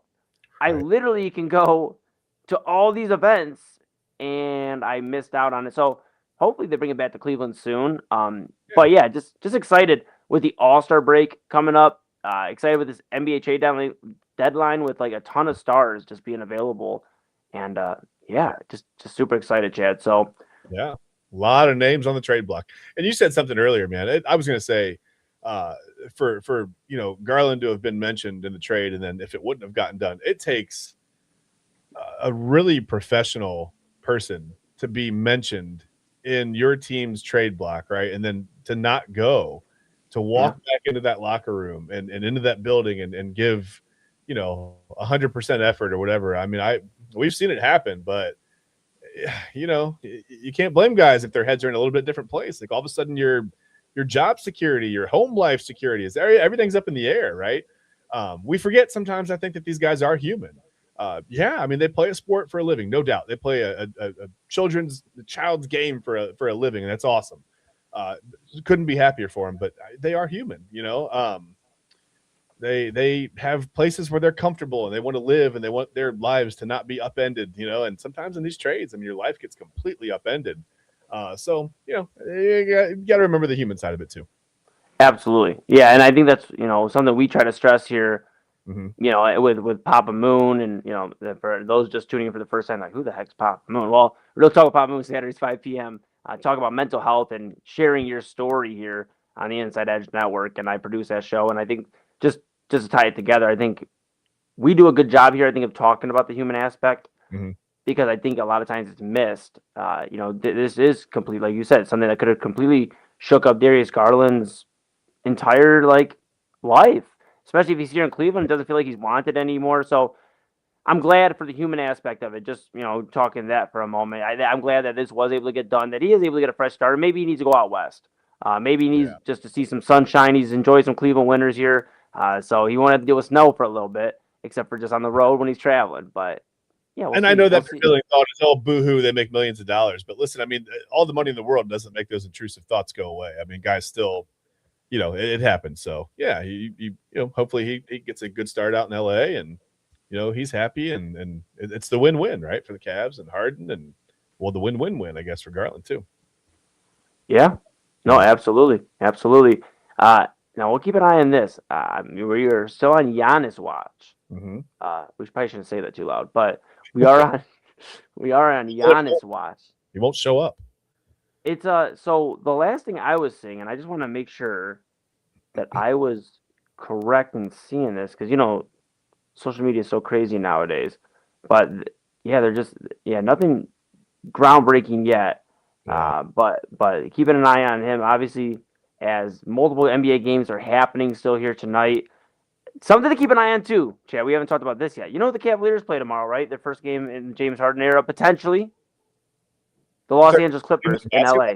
Oh, wait, what was that? They play the Cavaliers play the Los Angeles Clippers in LA. Well, that's interesting. They play them tomorrow night in Los Angeles. And it could be, I doubt he plays. I know you got to go do physicals and all that. Yeah. But there is a possibility we could see James Harden's Cavaliers debut tomorrow at 10:30 p.m. Eastern time against his former team, the Los Angeles Clippers, and Kawhi Leonard. If you forgot and just went to make a pass and I just went to the wrong guy. Like, oops, I forgot. Yesterday, you got to give him a little bit of the benefit of the doubt. I think in that case, look, man, he just 24, 48 hours after being a Clipper. But no, these are my guys. It's interesting to keep an eye on too. We keep talking about Giannis, right? Obviously nursing an injury, but the Bucks, he's still one of those guys that goes and sits and rocks out with the team. Bucks already done tonight, so we won't keep an eye on they always speculate. Did he leave the bench? Right. Did he go to the locker room? And so we'll keep an eye on it, but it doesn't seem like the Cavaliers are done yet. Right. Did he put his travel shoes on? Did he have? What are we doing? Did the Nassus also leave the bench? Because you got to imagine, we're not just getting Giannis. We're getting both brothers if they come to Cleveland. For sure. So we'll keep an eye on that. We are going to take a quick pause here, okay? We're going to let everybody go get some refreshments, caffeine, water, whatever you need, coffee. I might get a cup of coffee. I got the Keurig here. I might get a cup of coffee. And with that being said, everybody just get ready to rock. We're going to take a little bit of an extended pause here, okay? A little break, so jam out. Me and Chad will do the same. We'll play a few videos we played throughout the show just to kind of update everybody on some thoughts on the league. This Harden, Garland move. Cavs get Harden. Clippers get Garland and a second-round pick. And when we come back here in about the 10:30 mark, 10:30 Eastern time, we have our program director of the Inside Edge Network, AA Anthony Alford, joining the show. We'll get AA's thoughts on the Cavaliers, the Clippers, what this means for the NBA, and if he thinks the Cavaliers are done. And Chad, we might just be able to get AA to talk Browns with us. We might be lucky enough. So if we don't give him a hard time about his age, we can probably keep him around for a while. we put we put that nice video together for him on Sunday for his birthday. So I think we're in his good graces right now. So okay. So that was good to watch, yeah. When we come back, Chad's gonna try to stay. Yeah, Chad's gonna try to stay over on his side of the screen. We won't do a little swap, but right now, at least, that is Chad Bryan to my right, your left. I am Eli Moon. This is the Inside Edge Network. Follow us on Inside Edge Net on all the socials. TikTok, Twitter, Instagram, YouTube, and Facebook. Inside Edge Net. Stay locked in here. We are your source for sports, entertainment, mental health, and everything in between. We appreciate you so much. We couldn't do this without you. So stick around. When we come back, AA Anthony Alford, the program director of Inside Edge Network, gives his thoughts on the Cavaliers, James Harden, and maybe, just maybe, our lovely Cleveland Browns later on in the show. We'll be back after this. Alford.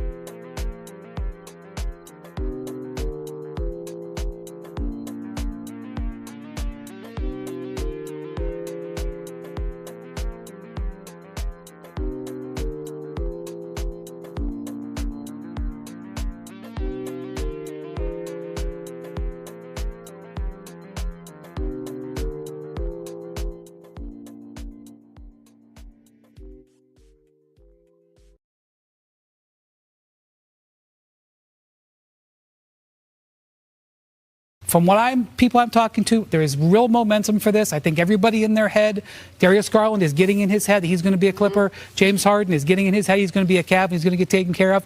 The Cavs are under pressure to perform in the playoffs. And James Harden has an incredible record of performing in the regular season. His playoff record is mixed. That's been his So that is going to be a thing. Like when James Harden gets there and he gets paid this money, whether it's just guaranteeing next year's salary or whether he gets a wink understanding of more in the future, James Harden is going to have to deliver because they are going to be saying, 36-year-old James Harden, we need to win now. This is a win the Eastern Conference now discussion from the Cavaliers, and that is going to be skin in the game. But Sean. How does it feel to see everyone from, again, the coaching staff to the social media teams, the cheerleaders all wearing? Man, the support has been, high level since I've been here. You know what I mean? And today was a special day. We dropped the Hellcat volume teamers, and I get love, man. The love is appreciated for sure. But this entire organization, from top to bottom, is showing me love, and I kind of want to reciprocate that. So, just wanted to give them some shoes and kind of celebrate, tonight and the love that I have for them in return. And certainly this could be potentially LeBron's last game in this building. How would you characterize his impact on this city and franchise? Well, you could say something too. This is Donovan Mitchell City now. This is Donovan Mitchell City now. When he come back here, we're going to make sure that everybody root for him like they did for him. So this is his stuff. This is his city. Yes, sir, Jalen. Donovan, do you have any thoughts on both? As much as I appreciate that, at the end of the day, he's laid the foundation, right? Like they've done a lot for the city being from here. Obviously we want to replicate that. You know what I'm saying? So he deserves the energy that he's got here. At the end of the day, first title in 50-some years. For us, we're trying to do it obviously differently, but at the end of the day, we're trying to find ways to go out there and bring a city another championship. But when you have support like that, from your teammates, man, it means the world. Yeah, it's certainly a great connection between you guys right now and this team right now. Donovan, congratulations. Yes, sir, I appreciate it. Thank you. Mike? All right, George, Donovan Mitchell.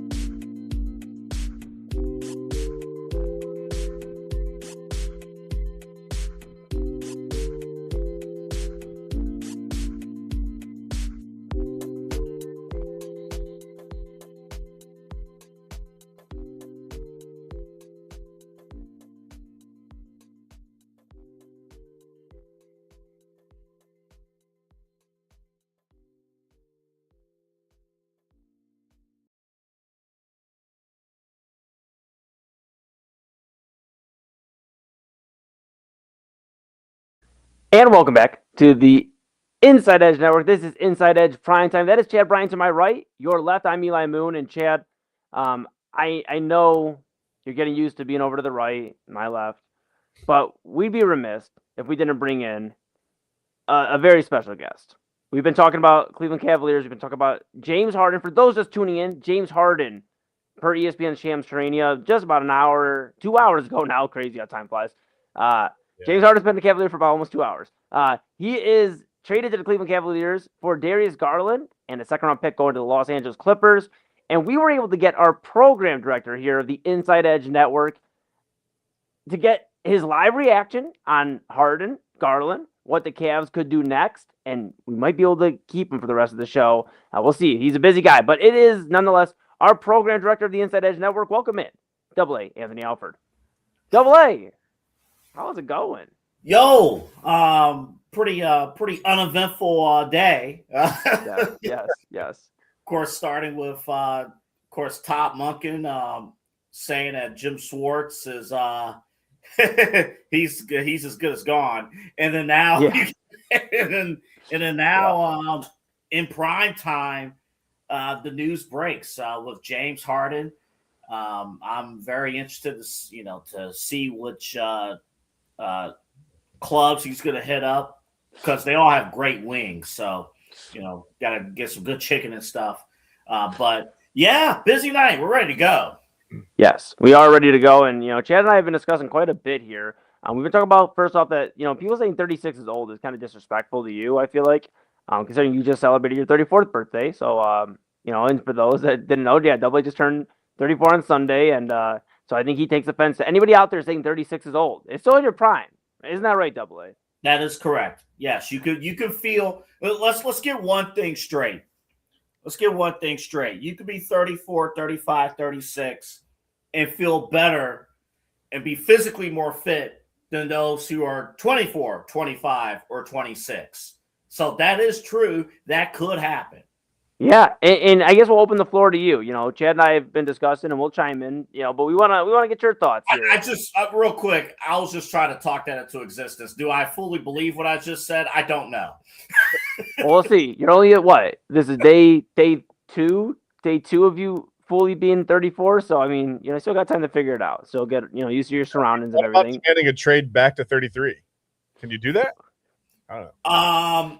No, I don't want to. Speaking for me personally, I do feel better as a 34-year-old than I felt when I was 24. I definitely feel better as far as physical fit than I did when I was 29. So I'll give you that. Okay. All right. Well, we're excited to see what 34 means for you, AA. And we're also excited to see what this means for the Cavaliers as far on the court. We talk about 36, obviously. That's the age of James Harden. Oh, Chad, I don't know. Was that some bad coffee there, pal? Oh, I was going to say same cup. I wasn't sure for a second there. Okay. I got the company cup. Oh, no, I just got a Reebok one. We're good. Okay. I was like, what are we doing here? All right, we're good. Cavaliers trade for James Harden, 36 years old. That's why we keep bringing up 36 years old. For Darius Garland, who's 26 years old. That's a big talking point for a lot of people. This is obviously a win-now move for the Cavaliers, but let's just open the floor to you. What are your initial reactions? And you've kind of had a few hours to kind of think on this. And I know you also have some NXT reactions for the Side Hustle Wrestling podcast. That'll be, I believe, they might be out right now, but if not, they'll be out a little bit later. The NXT reacts will be up as soon as the video uploads in about probably a half hour. Very exciting. It'll be on the and NXT had a big night. Joe Hendry is the new NXT champion. So wow, big night there for anybody who's curious about that. Look, I think this says a lot about. There's a few ways you go about this. Number one, as I commented earlier on this broadcast, this was a Dan Gilbert move, in my opinion. I think, Eli, you are right, though, in the approach. It was Dan Gilbert looking at this team and saying, this is not good enough. It's, this won't cut it. Kobe, go in there and make a move. I 100% agree with you, Eli. I think that's exactly what happened. Because, Kobe, all these guys, they were locked in with this core four. And that does bring me to at least the Darius Garland component. Look, nobody, your team knows about the physicals.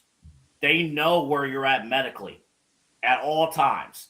And the Cavaliers are actually more protective of their players in terms of medical condition than most other pro franchises. This toe injury with Darius Garland,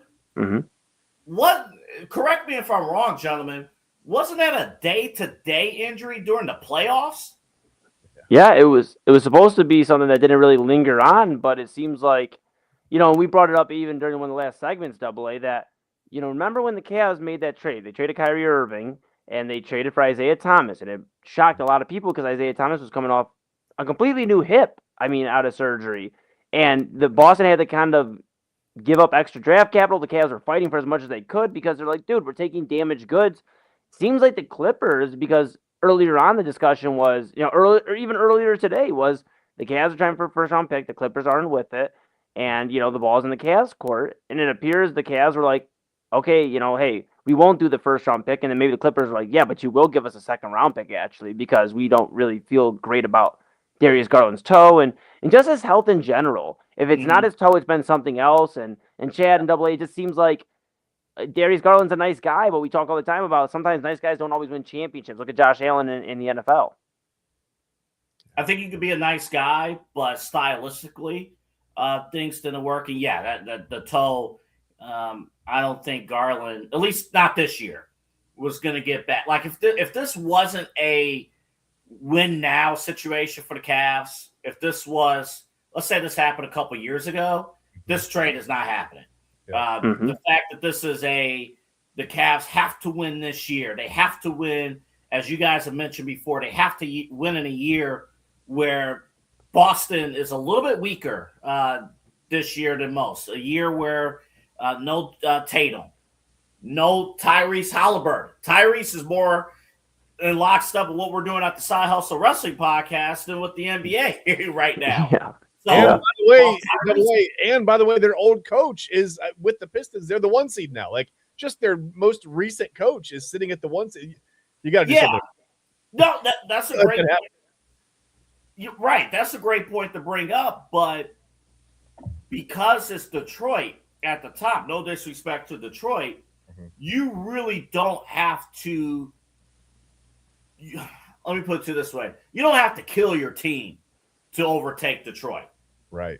I'll just say that. You don't have to kill your team. With that being said, the team that we had here wasn't it. And I think even if you take injuries out of it, Chad and Eli, Darius, honestly, in a lot of like big games and big moments, Darius is a turnover machine. Yeah. And unfortunately, it's just when his shots are not falling, you can't use them from anything else. You have the small backcourt factor as well. That was never sustainable in the playoffs against bigger teams like the Knicks and the Celtics and the Pacers. So there was just, honestly, even before you evaluate the James Harden portion of this, it just never made sense that Mitchell and Garland together was going to be sustainable long-term to get you over the top to win a championship. So at that point, who are you picking? Well, Donovan Mitchell is far and away the better player. So that's not even a question. So you had to deal away with DG. Yeah. And let me ask you this, Double A. What do you feel James Harden brings to this Cavaliers team that maybe Darius Garland doesn't? I think you got somebody. I know the big concern is going to be, both guys, Harden and Donovan. They both need the ball, and I get that, understand that. Harden has history working with other star players, so it's not like, oh, this is going to be a brand new adjustment. I mean, I think you might have to look back at what Harden did with Brooklyn and kind of look at that model and kind of see what he can do. But if you were doing a straight-up comparison between Garland and James Harden, Harden, bigger guy. He's gonna help you. I know he's not known for defense, but even just his presence is gonna help you from that standpoint. Kind of shield some things off. Much significantly better passer. So other guys, things are going to open up from that standpoint. You're going to be good there. You're going to be good with rebounds with James Harden. There's just a ton, and it's a scoring threat that you have to respect each and every single night.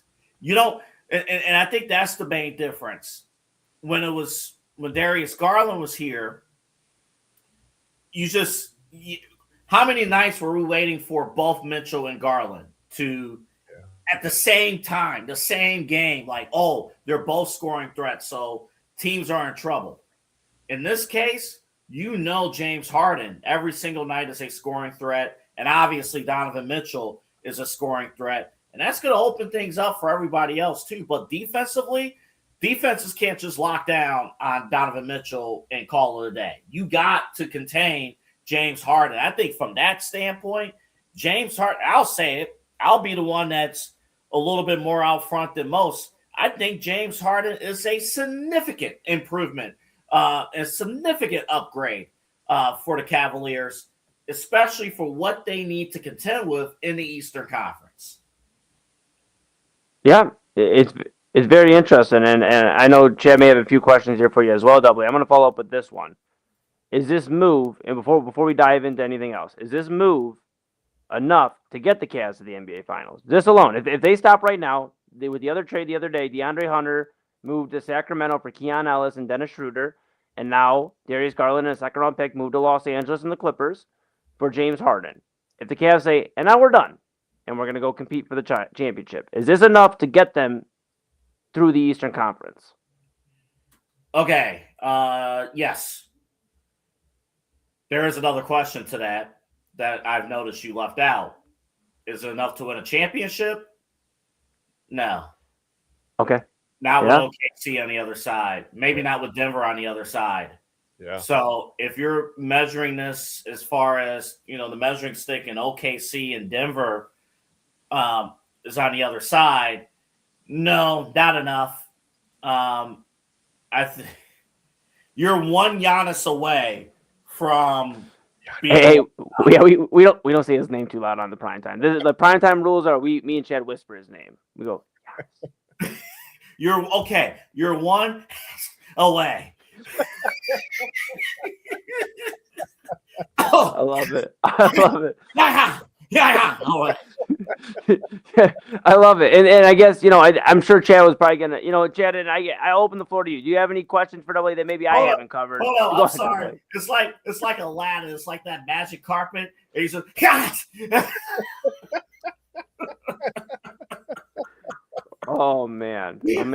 Chad, what do you got for our guy AA? Anything that, that we covered that maybe you want his thoughts on? Nope. No, I'm kidding. I'm just kidding. Listen, I think there he goes. I think the biggest thing I was going to ask you, I think I don't know if we're going to see him. I mean, we'll see him on the floor together a lot, obviously. But I think Harden does something that Garland didn't necessarily, or maybe wasn't going to be able to do with the toe. He can give Donovan Mitchell extended breaks, don't you think? I mean, we talked about Donovan Mitchell's, his usage is like sky high. It's the highest it's been since he was in Utah. I think Harden can give Mitchell extended rest until we get to the playoffs. And, Mitchell's health has been a little bit of an issue in the playoffs sometimes, right? We go to all of a sudden, like game 2, he's got a calf he's got 2 calves, but he's got an injured calf. And then you're nursing the calf and there's nobody else to pick up that slack. I think Harden does both of those things, don't you? 100%. Yeah. And I think we've seen these last couple of years, Donovan Mitchell basically burn out in the playoffs. Yeah. For that exact point, it's like, who is carrying that load? Like, okay, if Jared Allen can give you 40 points every night, I mean, we saw that stat line Eli and I did with Rob Ruzicki on a Main Event the other day. Like, boy, if you get that, then Donovan only needs to play like 25 minutes a game. He said. But no, I think that's a huge point, and you need games where, Harden is your leading scorer. You need games where, Harden could be legitimately that dude on a day in, day out basis. And also, I think that burnout factor is what I talked about a couple moments ago, which is if defenses only respect one player, and they only respect Donovan Mitchell, and to a extent, Evan Mobley. Yeah. If you only respect one person in the backcourt, that's all you have to attack. Yeah. That's really it. So now I think with James Harden, I think he's gonna really, really help out from that department. And 33 minutes of being the sole focus of the opposing defense is way different than 33 minutes of being a second, not a second, but an additional threat, right? I mean, it's exhausting to get that much attention. It's tough.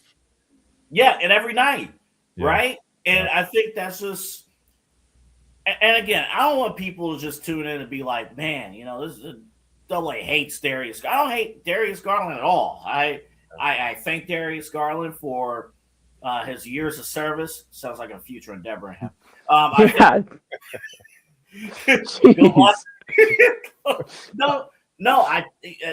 Darius Garland's a kind soul. He was to signify the impact of Garland here in Cleveland. He was the first Cavalier that Cavs fans can look at post LeBron and legitimately be proud of. Mm-hmm. And this is our guy. And we saw that organic rise a few years ago. Yeah. And then when they brought in Donovan Mitchell, all right, this goes from this is a cute, nice little story of the Cavs rising up to, all right, we're championship contenders. Now, we were talking about this back in 2023. Yep. That they were championship contenders. I was at the 92.3 The Fan talking about okay, they should dominate the Knicks, and then what happened? And now, and it's 2026. Time's almost up. Actually, with the core four, we struck midnight. A move had to be made. And don't tell me either. I don't have any confirmed sources on this. This is just me offering an opinion, an educated opinion here. Don't tell me Donovan Mitchell didn't sign off on this move for the exact reason, Chad, that you just brought up. Yeah. He is sick and tired of getting beat up night in and night out and being out of gas in April and May because he's getting no help. Yep. James Harden will at least get you help night in and night out, and then he'll hit up diamonds. But at least he'll get you the help that you need. Right. Hey, you know what? And the next day with bags under his eyes, but he's going to be there. He's a scorer, right? Doesn't matter. He's gonna be there. Y'all go eat good. I mean, y'all better work out good too, but you go eat good. They go grow up as a team. Yeah. Double A. Think about the local businesses and the revenue that James Harden is going to provide to those clubs. All joking aside, though, Double A, I got one more here for you. Hold on. I'm sorry, Eli. They ain't no joke. These businesses need growth. That's true. And listen, you're going to see him on social media. Get used to that because it's not LA anymore, right? You can't go out and hide. He's going to be there. He's going to be visible. You're going to see it. Just get ready for that. You're going to see it. Absolutely. Double A, I got one more here for you when it comes to Cavs. Because we talked a lot here, and I think we're kind of in a holding pattern now after breaking this down. There's talks through Jake Fisher, potentially the Cavs moving Lonzo Ball and clearing up $10 million in cap space to get him over with his brother LaMelo. That would obviously put the Cavs into more of a position to make another big move. And with talks of Brian Windhorst from ESPN saying, hey, Donovan Mitchell, this is the year where he should be re-signing with the Cavaliers if he's going to. And we don't know if he will based off of the Cavs and his playoff experiences and him just wanting to win. And Donovan's getting older. It is a fact. He's not, mid-30s yet, but that comes pretty quick. And I think for him, it's a matter of seeing what the Cavs do. I think this is a good start. But I guess my ultimate question is, are the Cavaliers done? Are they done making moves right now? Or do they make another move before the deadline? I said Sunday that they weren't even going to make this move, so they got me wrong there. I'm happy they made this move. I don't know. Now, what the deadline is Thursday afternoon, so we got a solid, like a 36-hour, business window where anything can happen. So I think they'll at least do their best to get that Lonzo Ball situation taken care of. I do see that. I think they realize that second apron is a bit of trouble. So they're going to find a way if they can find a willing partner. And you're going to see some kind of unique 3-team trade, another 3-team trade for this to get done, because obviously Lonzo Ball, he didn't come through this year. It's unfortunate. But he just didn't come through. I don't see a team that's going to go out and say, we want this kid. So it's going to be a bit of a sales pitch. But it's not lost upon me that it's clear that there are home run ideas the Cavaliers have. And it would be the other name on top of this, though. Okay, let's just say we don't get that guy from Milwaukee. Giannis. Sorry, hold up. Yeah, I don't know. Yeah, I don't know. Everybody's got something going on. Little bit of a situation here. I've heard talks about Anthony Davis. All right, I kind of draw the line there. Anthony Davis can pick up this envelope and be out for 6 months. So I don't think that's right. I don't think that's, but it's clear the fact that these names and the Cavs being linked to all these deals is doing two things. Number one is driving up the price for some of these other teams to make a move and give up more stuff. And number two is showing that the Cavs are acknowledging the Donovan Mitchell situation with the contract and their desperation to win it all now. I think the big thing, guys, all joking aside, and no matter what reaction you get just in general, I don't want people to think about, what's going to happen in 2028, 2029, 2030. At this point, who cares? I hate to be that blunt, but at this point where you got to get this championship, who effing cares? Yeah. If you are planning for 28, 29, and 2030, your planning won't matter if Donovan Mitchell's not here. Yeah, you might as well be rebuilding. Yeah, you're going to be rebuilding anyway. And honestly, I'll add to this.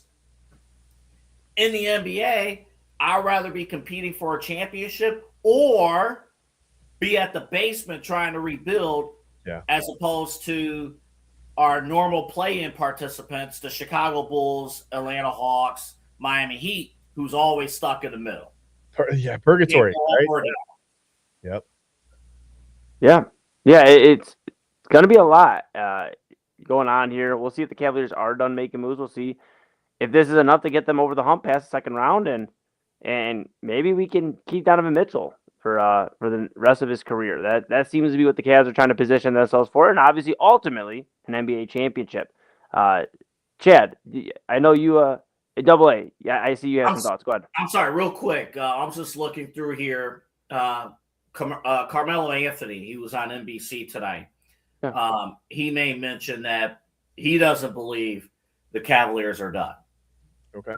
Making moves. I only bring him up because obviously him being connected, him connected with the league. Also, real quick, I want to give credit to the person who broke this story, Mackenzie Flumes. I worked with her at 92.3 The Fan. She was the reporter she was the first to actually break this story of James Harden going to Cleveland. So, wow, she does a great job over there at The Fan. Want to give her props for breaking the story back in the 7 o'clock hour before it went national. Wow. Yeah, absolutely. AA. I got a question for Chad here before we go to break, but I'm going to ask you this. This is my final question. Are you telling me we're getting Carmelo Anthony? Tracy McGrady. We'll get him. We'll get Tracy McGrady. What's Anthony Hardaway doing? I mean, doing hard. Oh, you call him by his government. That's crazy. Yeah. I don't want to I want to shortchange him. Yes. Nice one.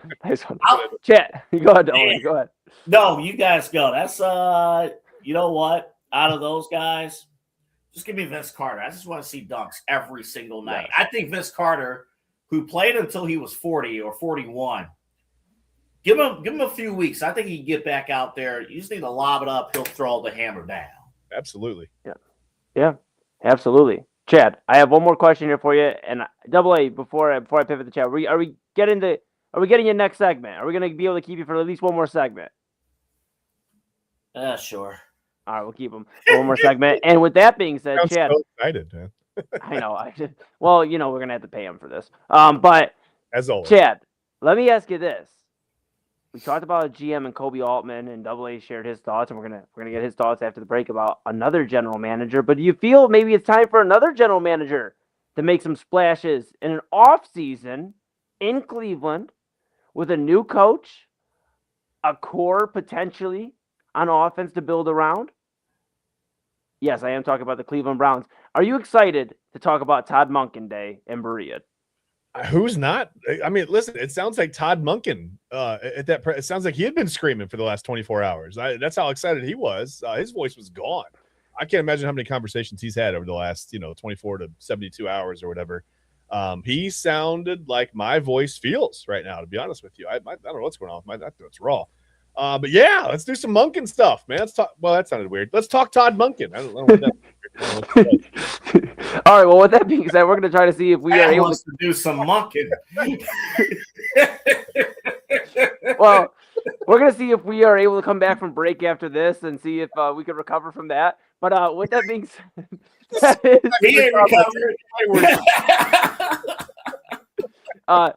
is Monken. That is our program director.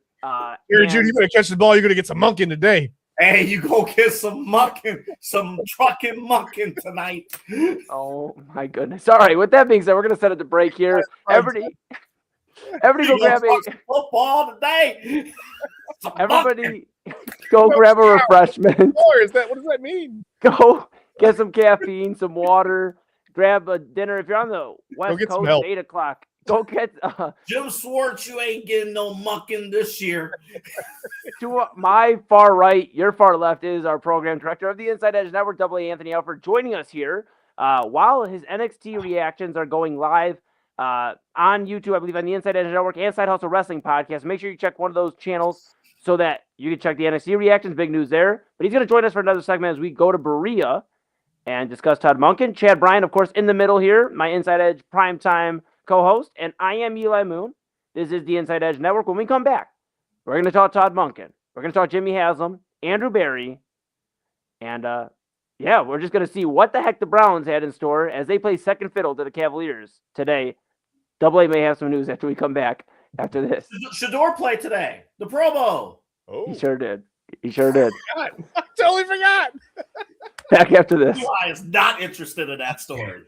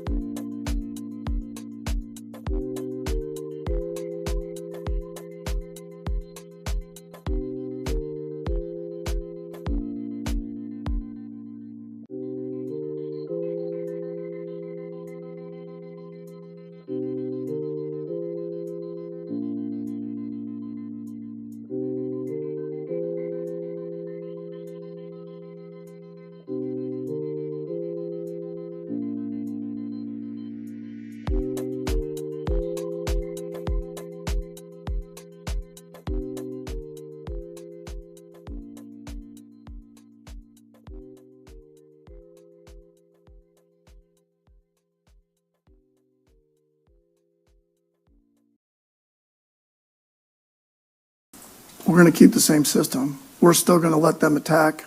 We're still going to let them play free. I can't see any other way. They're a big reason why I took this job. The defensive players. I didn't take this job because of Jim Schwartz. I have a lot of respect for Jim Schwartz, but as I would hope he has for me. But I took it because of the players that are here, the ownership, Andrew Barry, and the ability to build this roster from the ground up on the offensive side. So, and I said this to the other guys. I didn't think I'd say it, but I'm going to say it. When I was preparing for the Cleveland Browns, I wasn't trying to chip Jim Schwartz. I was chipping Myles Garrett. And when I was sliding a protection to the outside backers or Grant Delpit that were blitzing off the edge, I was sliding the protection of the players. And when I was worried about throwing to the right against Denzel Ward or Tyson Campbell to the left, that's who I was worried about throwing at.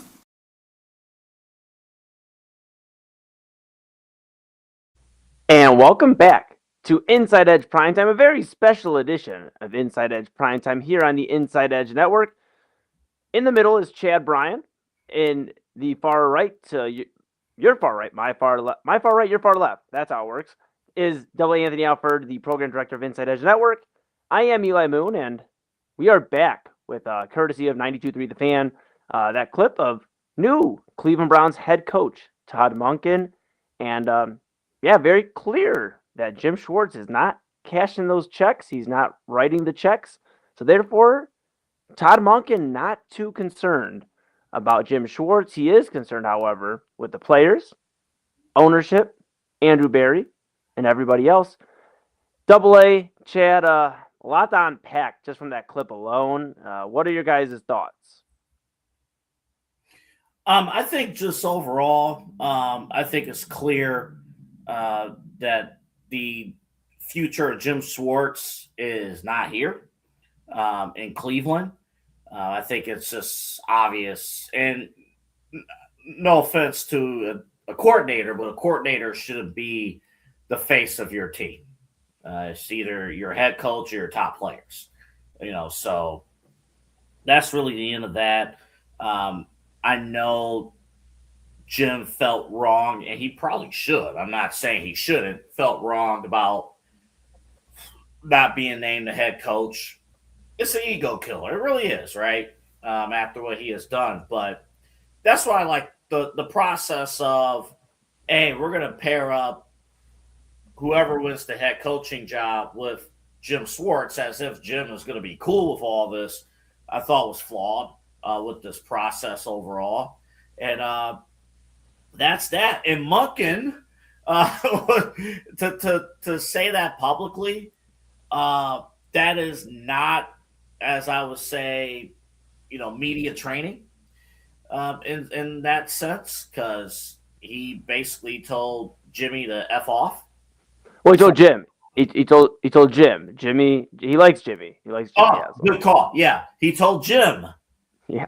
To F off, basically, while giving credit to Jimmy and Andrew and other members of the team.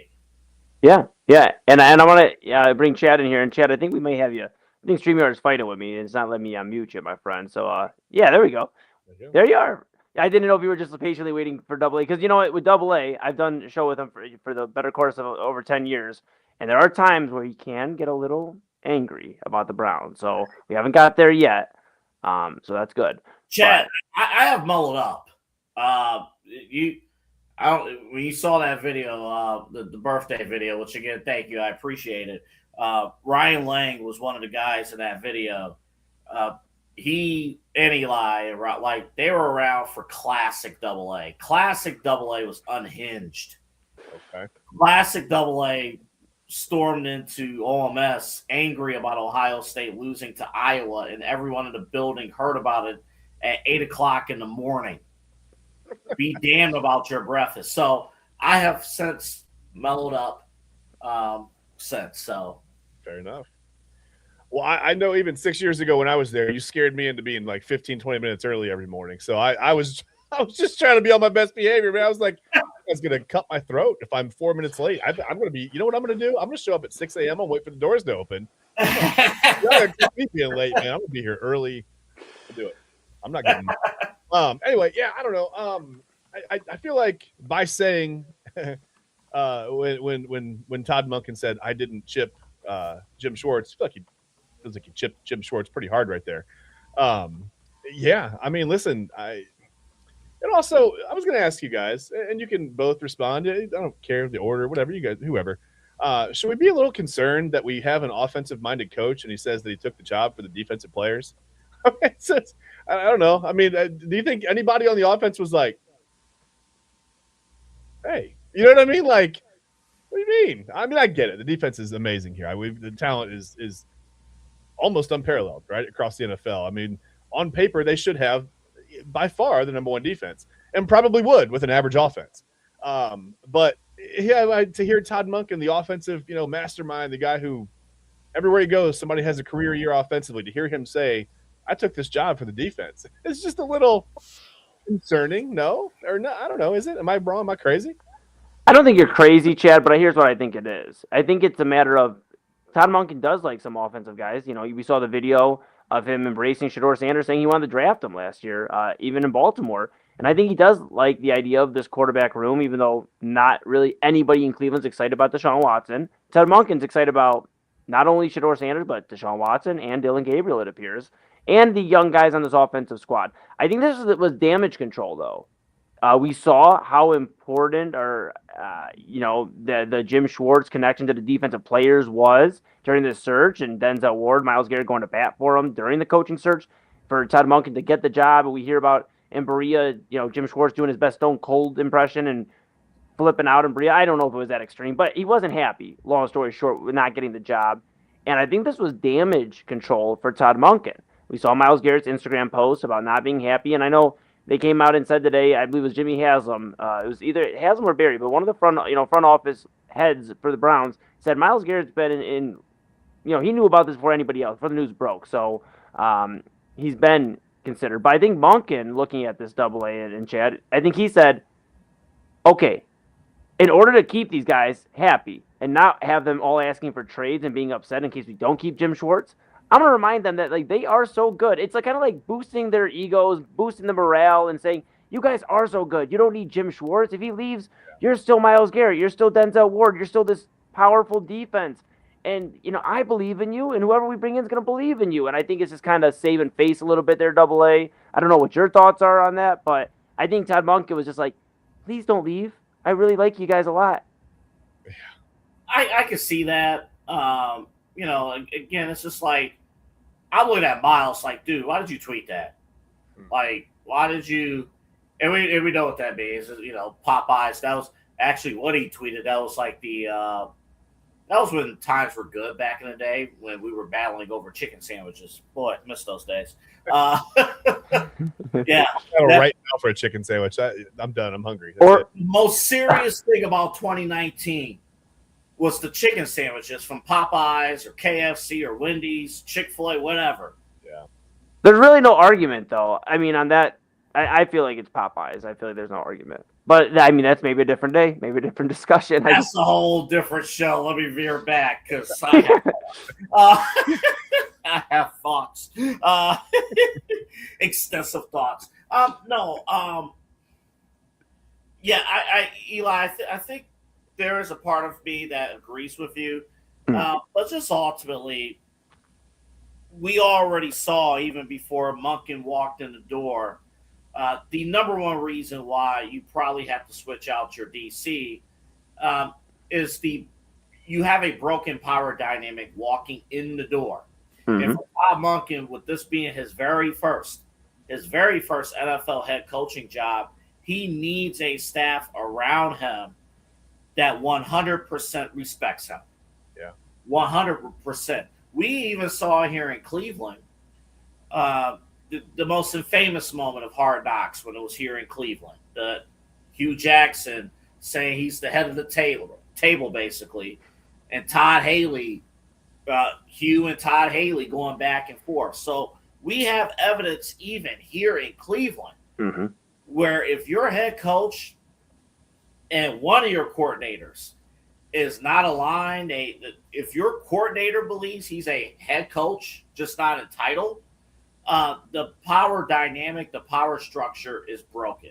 So for that alone, this should be the end of the road for Jim Schwartz here in Cleveland. Yeah, I mean, and yeah, with that being said, it just seems like I feel a little better after hearing Todd Monken speak. I know Double A, you specifically are always wanting personality out of your coach. Our coach as a Cleveland Browns head coach, and Todd Monken had quite a lot of it. There was jokes that maybe if he would have just said, instead of freaking, if he would have said bleeping, because I know all our family members are probably watching, so I'm going to watch my mouth a little bit. But a freaking kick-ass team. If he would have said the bleeping, it may have been on a T-shirt everywhere in Ohio. But nonetheless, gave a lot of quotables. Jimmy Haslam stressing that, hey, we made this call with a capital we. Andrew Berry, we made this call. But he also mentions that, hey, Andrew Berry's got to go out and, we made this move, but he's got to go out and get some guys for Todd Monken. Andrew Berry also mentioning, Chad and Double A, that we're not going to go sign a bunch of 30-something-year-olds or 30, to get us over the top. And then another thing, and I'm trying to say, Eli. Yeah, I don't know, man. I'm sorry. I'm trying to watch it, fellas, as the younger statesman of this group. But I will say this, and then I'll kick it over to you, Chad, and Double A. I want to hear what you guys think. Jimmy Haslam was asked, does this kind of amount to more wins? What do you feel about this move and everything for the organization? Does it amount to a lot more wins? And he's let's pump the brake on a lot more wins. I think we'll win some more games, but a lot more? It kind of falls in line with what we've been talking about on primetime here, Chad, just when we talked about the Browns and during our coverage, Double A, as well during that coverage, and everybody kind of sharing the same thought that the Browns aren't going to probably go to 13, 14 wins next year. It seems like this is going to be a multi-year process that maybe they do believe Todd Monken is a guy to usher in this new era of Browns football. What do you guys think? I think you're gonna have to, like you said, you're gonna have somebody there who's patient enough to build the offense, and you're gonna have to build it from the inside out. I mean, you have a lot of work to do in April, right? You're gonna have to bolster the offensive line in a significant way, or you're looking at another 3 to 5 win season. I mean, whoever the quarterback, I don't care who the quarterback is. It doesn't matter if it's anybody on this roster. You can go back and hand pick a quarterback. If they have less than 2 seconds in the pocket to find a receiver, it's not going to matter. The numbers, the Shedeur Sanders, the number of clean pocket versus, it's mind-boggling what he had to work with. The limited time that he had to actually stand in the pocket, scan the field, go through his progressions. He can't go. He doesn't go through his progressions. He doesn't have time to go through his progressions. I mean, he just doesn't, or didn't, I should say. And I think you're going to have to, like I said, you got to be patient. You got to have a coach that's going to come in here and be able to, A, be patient through that process, and B, we've said it 1,000 times on here, if not a million, you've got to have a coach that can kind of build a scheme around what's there, right? So you gradually build the offense, and you work with what you've got for now, and then you implement a little bit more in year 2 when you've got another draft under your belt, another opportunity to bring guys in, and it's not, well, hey, here's the system, and if we ever get guys to fit it, oh my God, we're scooting, right? We're gonna go. You've got to be flexible, and I think Monken, probably of those, the main 3 guys that we talked about, Udinski, Shieldhouse, and Monken, seems like he's probably the most flexible, right? And with the ability to just build a scheme around what's there. And I think that's how you limit yourself from going 3-14, 3-14, 4-13. That's how you gradually step up in wins. And no, they're not going to go 13-4 next year. I mean, I'd be shocked. I don't even know what I would do with myself. But, I think it's reasonable to just, you got to, like you said, pump the brakes on a lot more wins. Give Todd Monken time and Andrew Berry and whoever else, time to just build the offense from the inside out, try to keep the defense together, whatever. Say what you got to say to appease those guys, get them all back in. You heard Denzel Ward's comments. I mean, he was pretty much the ultimate, teammate. Just whatever. Hey, we're excited for. Let's just get going, right? We're excited for Todd Monken to be the coach. Let's go, right? I don't know, Double A. What do you think? I wish I shared the same thoughts. I kind of don't. I think this is. Let me just make clear. I love that Todd Monken is the head coach. He gives the vibes. Chad, we talked over the phone earlier today. he gives the vibes of, what did I tell you, like an old school high school football coach? It sure does. Yeah. Yeah. The Like, voice, everything, right? Yeah. yeah, that screams football guy, however that means. Like from a personality standpoint, he's leaps and bounds above Kevin Stefanski. But with that being said, can he make Shedeur Sanders or whoever QB1 is going to be? He has a year to make it work, and I say that because the Browns don't need to go to 13 wins. You don't need 13 wins to win this division. No, you really. You could be flirting with 500 and have a opportunity to win the AFC North. And I think in a weird way, flirting with 500 in year one is the expectation. And I say that because of the fact you went with an older guy as the head coach and you turned away these younger guys that we talked about just because they're a year away from from being ready. Well, if you consider that 2027 draft class to be loaded with superstars, you consider that all of those candidates that was in the pool this year, they all went back to their teams. So they're going to be in the pool again next year.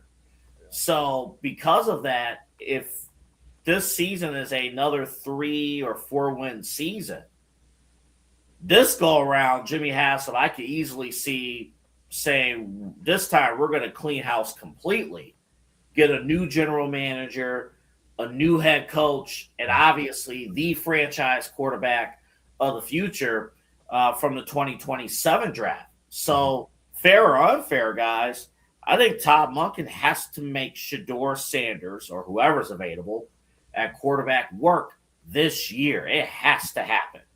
Yeah. Yeah, it's going to be very interesting, fellas. You mentioned Shedeur Sanders. The Pro Bowl was tonight, the NFL 2026 Pro Bowl, and it was a doozy. I want everybody out there to know. Have you guys seen the final score? Have you seen the final score yet? I did not. No. Okay, nobody look. I want you to guess what the final score of this Pro Bowl game was. 220 to 218. Close. Chad, any thoughts? Any guess? How do I guess? I'm gonna go 230 to 228. I'm gonna go. It's like Price is Right. I'm gonna give you a chance, Double A, but I'm gonna go $10 over. You know what I mean? I hope we're both over, and Bob Barker AI style comes out and drop kicks the both of us. Fair. Well, I'll tell both of you. You guys are a little high on the score. Oh, really? Shocking. But it was a doozy. Like I said, 14-0 that the NFC outscored the AFC in the fourth quarter to win this game, 66-52 over the AFC in their flag football exhibition, whatever you like to call it. It was a journey. Yeah. It was a journey. I love it. Yeah, I love it. In the Moscow arena, Moscow Center there, me and Chad talked about it yesterday, Double. This thing is like a YMCA, like in terms of the ceilings, and there's like no special teams. But we talk about Shedeur Sanders, guys. On the stage of the auditorium, you know the ceilings are like right above you. You can't even shoot a three. You know, they're gonna have a Pro Bowl, and then right after they're gonna book a wedding. You know, well, that's why the Pro Bowl was on Tuesday. They had weddings all booked. They had weddings booked all weekend. They couldn't do it on Sunday. Did they have the banquet before the game? Well, I'll tell you this. Get a roll. Put it in your purse. Yeah. Yes. We're gonna go ahead and take a seat. We'll get a flag for you right over there. That's amazing. Well, I'll tell you this. Our starting quarterback from last year, and we'll see based on Todd Monken's response about he's not determined yet who's the starting quarterback, though it could seem like it could be Shedeur Sanders. He did play in the Pro Bowl game tonight in San Francisco, and he had some action. He had a nice play. We're going to show that going into break, and when we come back, we're going to put a bow on this thing. We're going to put a bow on Inside Edge Primetime, this Tuesday edition, the special edition with Cavs coverage. They acquire, if you're just now tuning in and didn't get the news, the Cleveland Cavaliers, they acquired James Harden from the Los Angeles Clippers, and they sent off Darius Garland and a second-round pick. And we just talked about Todd Monken meeting the Cleveland media here in Berea. Very exciting stuff here for our Cleveland-centric folks and everybody tuning in. Thank you so much for choosing the Inside Edge Network as your source of sports, entertainment, mental health, and everything in between. We really cannot do this without you. Give us a follow at Inside Edge Net on all the socials. Stay locked in so when we go live. But when we come back, AA, we were talking. We think it's crazy. They're starting to get a lot more speculation about Dennis Rodman, the Worm, and why he hasn't had his jersey retired by the Chicago Bulls yet after Derrick Rose had his jersey retired. And there's a lot of Chicago fans talking about this and NBA fans. So I don't know what you have planned for the rest of the evening. I know you're a busy guy. You might have to hop on a plane to the West Coast and, take care of some Inside Edge Network business. I don't know what you got going on, but would you like to join us and talk Dennis Rodman, Derrick Rose, and who's worthy of a retirement in the NBA? We're in the fourth quarter. Let's finish this thing strong. Let's go. Let's do it. That's what Todd Monken would like to hear. If you're heading to the Moscow Center, Anthony, be careful. Watch your head on this. Never mind. You'll be all right. With that being said, we are going to go to break. When we come back, we're going to talk Dennis Rodman, Derrick Rose, and what exactly do you have to do to get your jersey retired by the team you played most of your career with, and in this case, won multiple championships with. So with that being said, we have on my far right, your far left at home, the program director of the Inside Edge Network, AA Anthony Alford. We have in the middle, my co-host of Inside Edge Primetime, Chad Bryan. I am Eli Moon. When we come back, Dennis Rodman, Derrick Rose, jersey retirement, and we put a bow on this edition of Inside Edge Primetime. Till then, check out Shedeur Sanders. Yeah, you know what I mean? I might go medium there. Collins. Oh! No flag guard in there. That's 6. Just high stepping.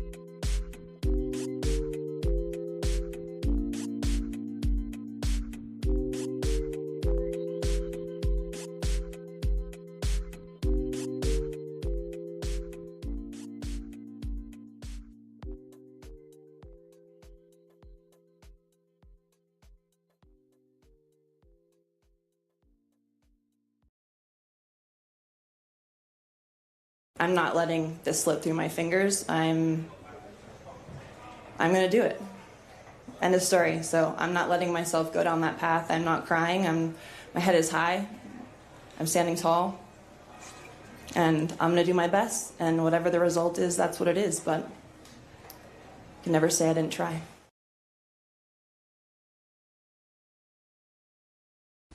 And welcome back to Inside Edge Primetime here on the Inside Edge Network. Special edition, as the Cavs made some news earlier with James Harden coming to Cleveland.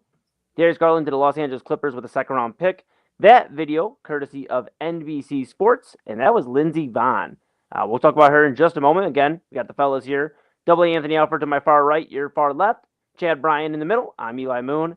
This is our final segment of Inside Edge Primetime on this Tuesday edition. We'll be back tomorrow. Same place, around the same time, about 10 o'clock. We got a little earlier here on the East Coast with the news, but we will be back tomorrow. And then a programming reminder here before we get into what we got going on. Thursday, we will have a new face on Inside Edge Primetime with Chad and I. So stick around for that. We are growing as a network here on the Inside Edge Network, and we'll have more on that tomorrow.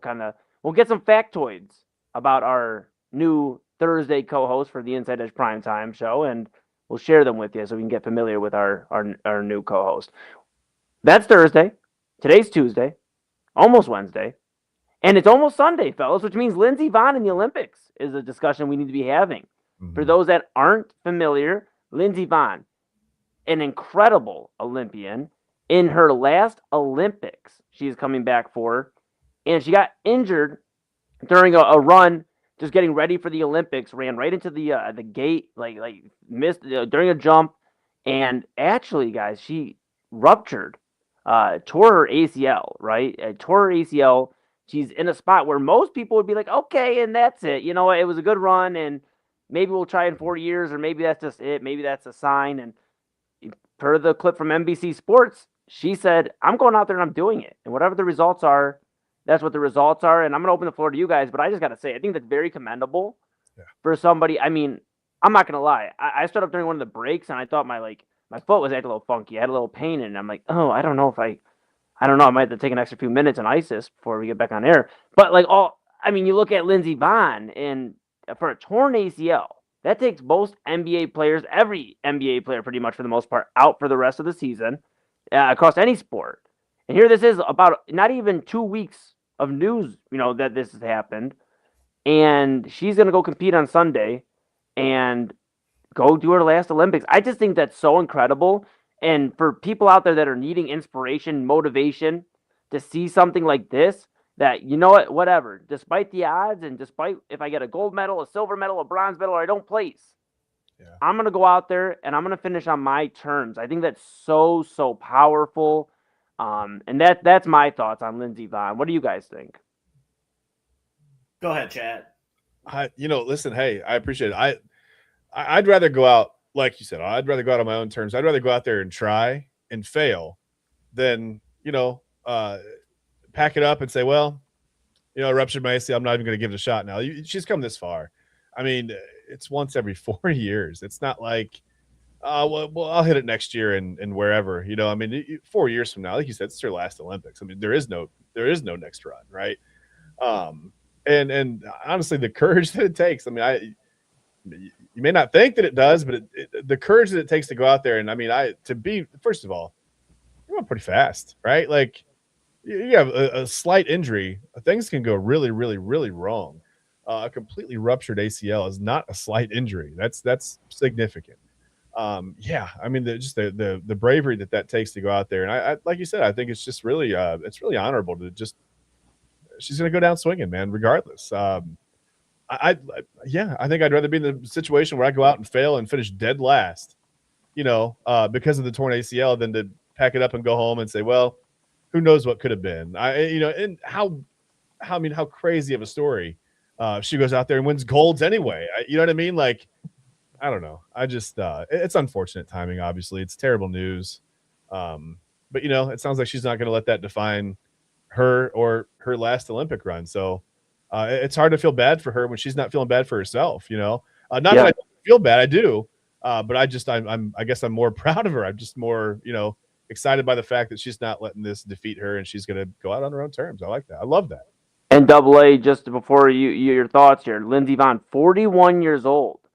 And, for Olympics, that is, we saw Michael Phelps come back right around his 40s, but she'll be 42 this October. Like Chad and I are kind of talking here, I'm sure you're going to share, this is it for Lindsey Vonn. I don't imagine she's coming back as a 46-year-old for the Olympics, but I mean, what are your thoughts on this? 46 old, real quick. I said the wrong age. I mean, I'm sorry, I'm not feeling Eli is our age statesman here. Now I don't know, man. I'm turning 29. Look, man, I was talking to my mom this morning, Mama Moon, and she was like, it's crazy. You're getting old, and I was like, that was crazy because my mom and I come on, man, old.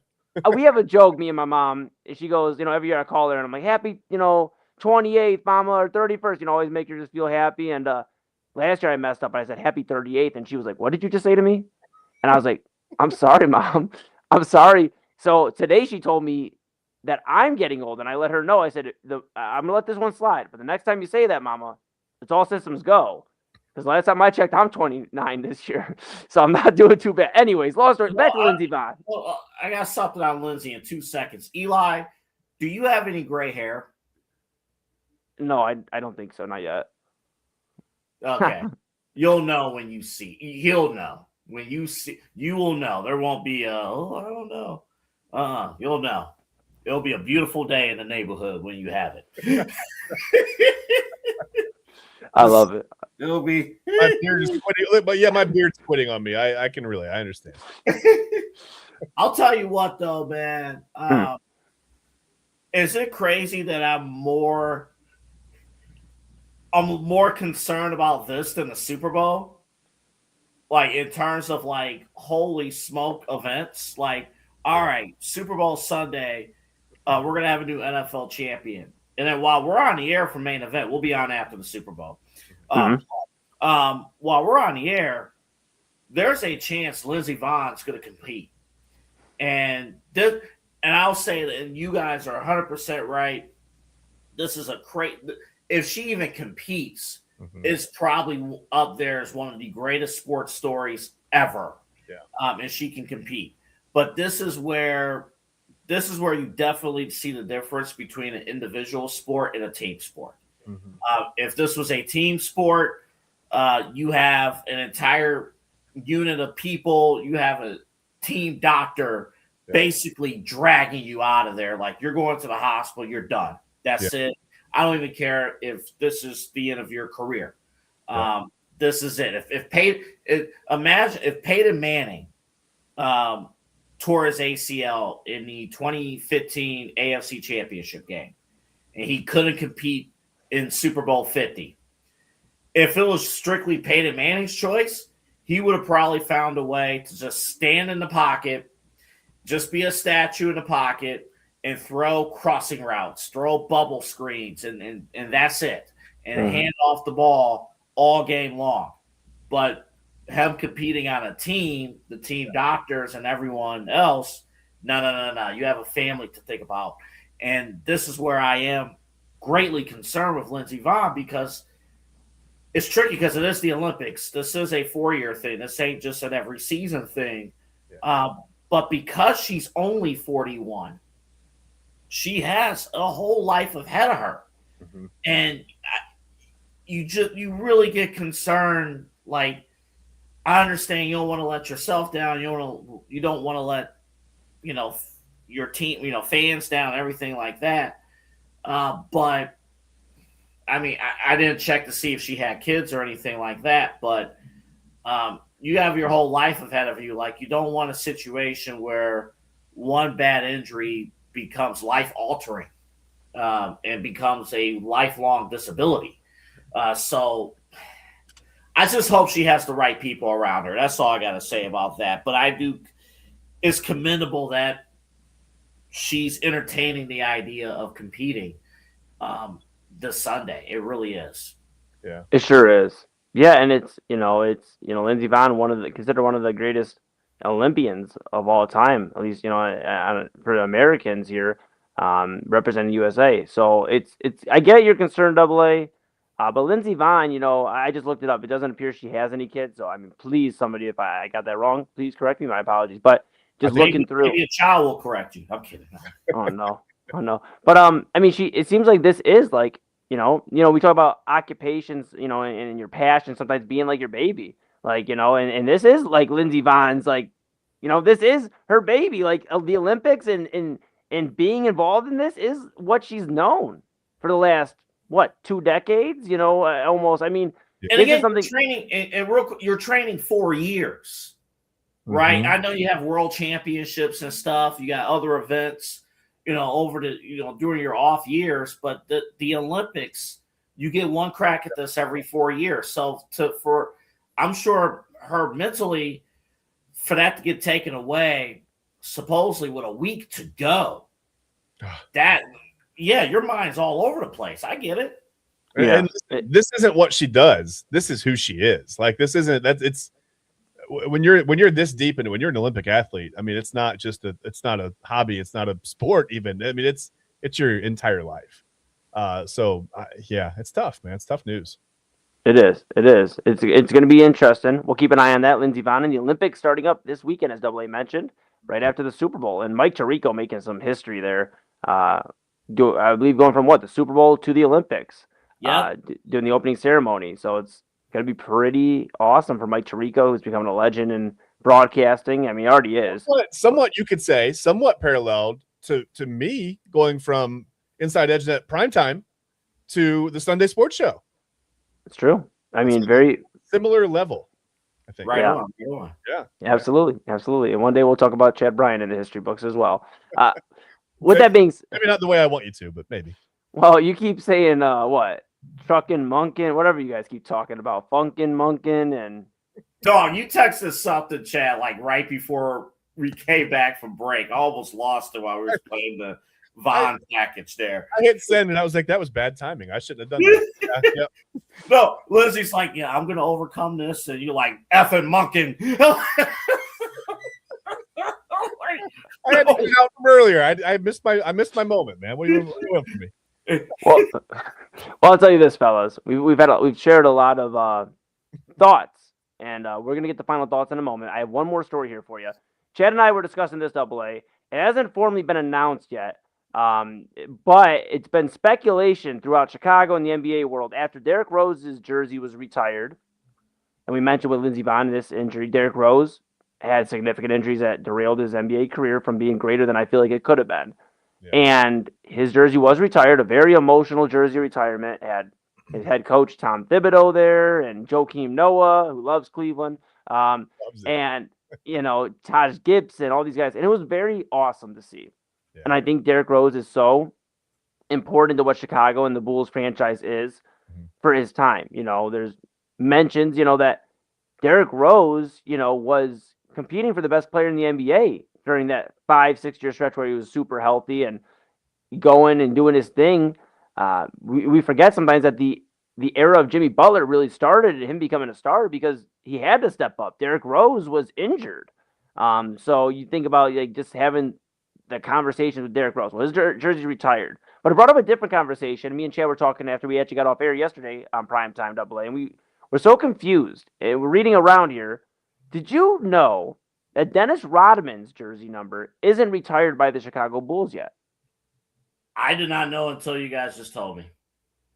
So my follow-up question to both of you is, why isn't Dennis Rodman's number retired by the Bulls yet? Multiple championships there, the rebounding and defensive anchor for that Bulls team, especially during that stretch, that second run, the last dance. I mean, you can't tell the history of the Michael Jordan Bulls, at least that second run, without Dennis Rodman. And, there is, like I said, this is just speculation at this point. There is no announcement by the Bulls. There is no set date for him to have his jersey retired, anything like that. But me and Chad were talking yesterday, and I just think this is how we should wrap up the show in terms of, before we get the final thoughts, just what does it take for somebody to have their jersey retired? Because you look at there was talks at one point of Tristan Thompson having his jersey retired here in Cleveland because of what he did in 2016, being that rebounding machine. Now, we can have a discussion about that a different day, but I guess why isn't Rodman's number retired yet for what he's done for the Bulls? And what exactly do you have to do? What makes you worthy of a jersey retirement? What do you think, fellas? It's a tough one. Double A, I'm gonna let you answer it first because I don't know. I didn't study for this one. No, I'm kidding. So I'm looking at. I was just pulling up who has their jerseys retired in Chicago. You got Derrick Rose, of course, Jerry Sloan, who was the original Bull. Of course, we know him the late great Jerry Sloan, like the longtime Utah head coach. Of course, Michael Jordan, Scottie Pippen, and Bob Love. Bob Love, who sounds like a member of Love Connection. But no. Robert is what he goes by with the ladies, is what I heard. Exactly. Exactly. And then Robert Infatuation. Right. Yeah. So those are the players. Eli, that's such a tough question. I don't want the first answer that pops into my head was the fact that he wasn't the number one option on the team. And if you put up Dennis Rodman versus Derrick Rose, you're essentially saying, oh, if Dennis Rodman was the number one scorer on a underperforming Bulls team, but it was just him, he would have his jersey retired. And I don't want to do that to Derrick Rose because that would be unfair to do to Derrick Rose, because Derrick Rose does deserve to have his jersey up. But if we are doing a side-by-side of Derrick Rose versus Dennis Rodman, if I have to find a reason why Dennis Rodman's not up there, that's the one answer I come to. Yeah. Even if it's not a fair answer. It's like it's Dennis Rodman was not the number one option for a team that didn't go to distance like the 90s Bulls. Yeah. I mean, I know you don't want to get wrapped into if this player is retired, then, you got to retire other players. But I don't even think you brought up Eli Tristan Thompson. I don't even think that's comparable. Like Dennis Rodman was a special talent during that second run with the Bulls. Tristan Thompson, while extremely valuable for the Cavs, was a role player. So I don't think that's comparable. But yeah, I mean, this is pretty exclusive here, Eli. This only 5 players. Yeah, Double A. And Chad, I want to get your thoughts here. To that point, it's like, but you can't. I keep going back to you cannot write the second half of Bulls run without Dennis Rodman.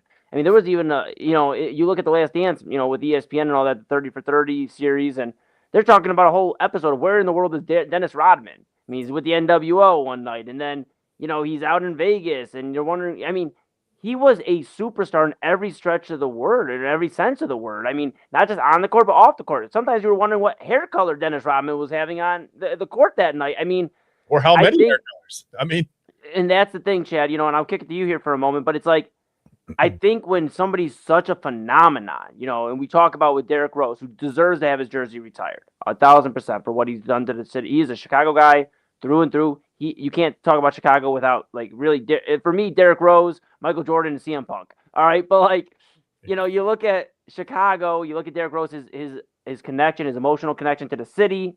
Yeah, you have to have his jersey retired. But Dennis Rodman brought a different type of buzz to those Bulls team. They didn't have that edginess to them that first run. It was Jordan and Pippen and the guys taking care of business, and Phil Jackson taking care of business. That second run had a little bit of fun, and I think that's why you retire his number as well. I mean, the accolades speak for themselves, but the impact he made.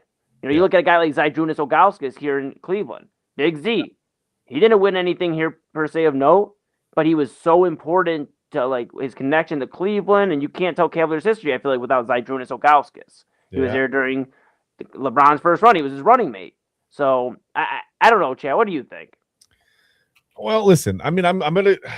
You make a pros and cons list, right? And you try to look at it objectively.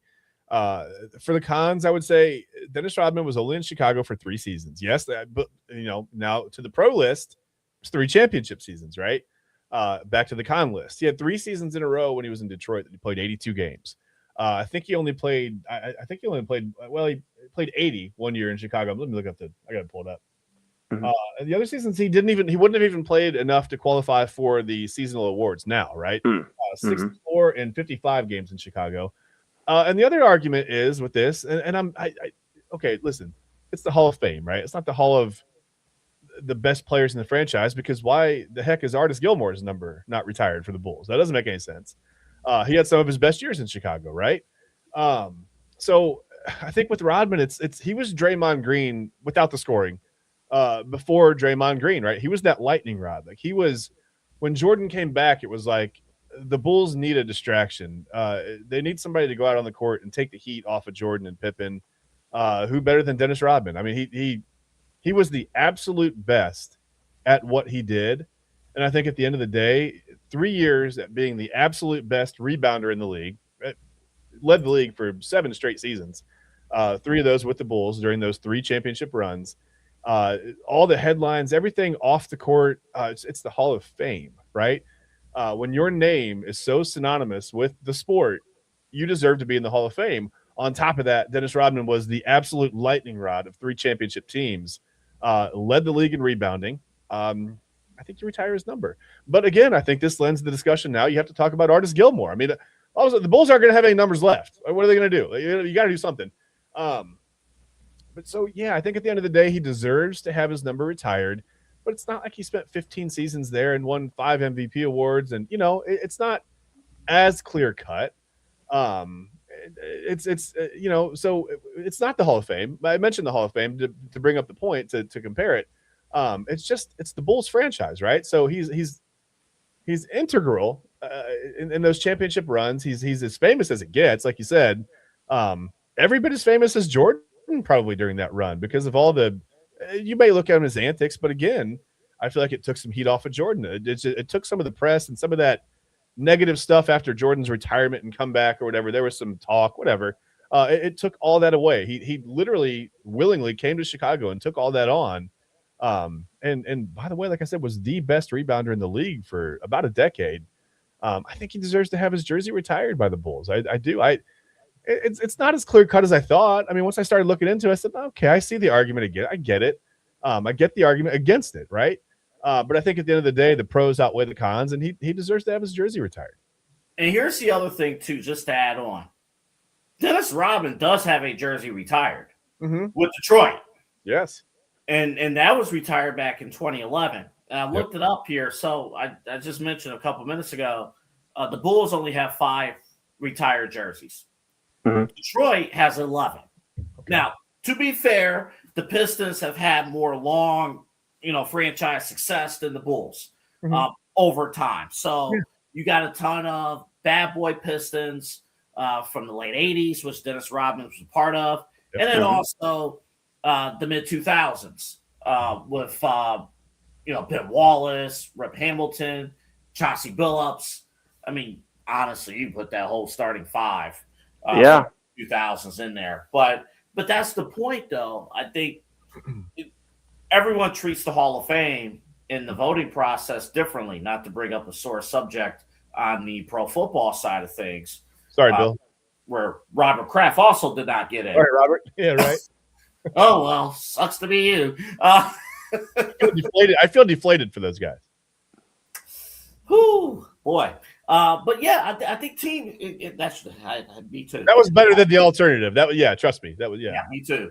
But yeah, I think teams do treat it differently though. Like, I think if you even look from the standpoint of telling the story of basketball, to my generation and Eli's generation, it's easier to talk about Dennis Rodman with the Bulls, with the antics, as opposed to Dennis Rodman with the Pistons, where he was a legitimate defensive threat, where he was just seemingly a normal guy. And that's where I would defer to Chad and, you watching those teams live. That's where I would defer to you with that. But, yeah, I think it's interesting, honestly, just how both of these teams approach jersey retirements. Detroit has no problem retiring role players.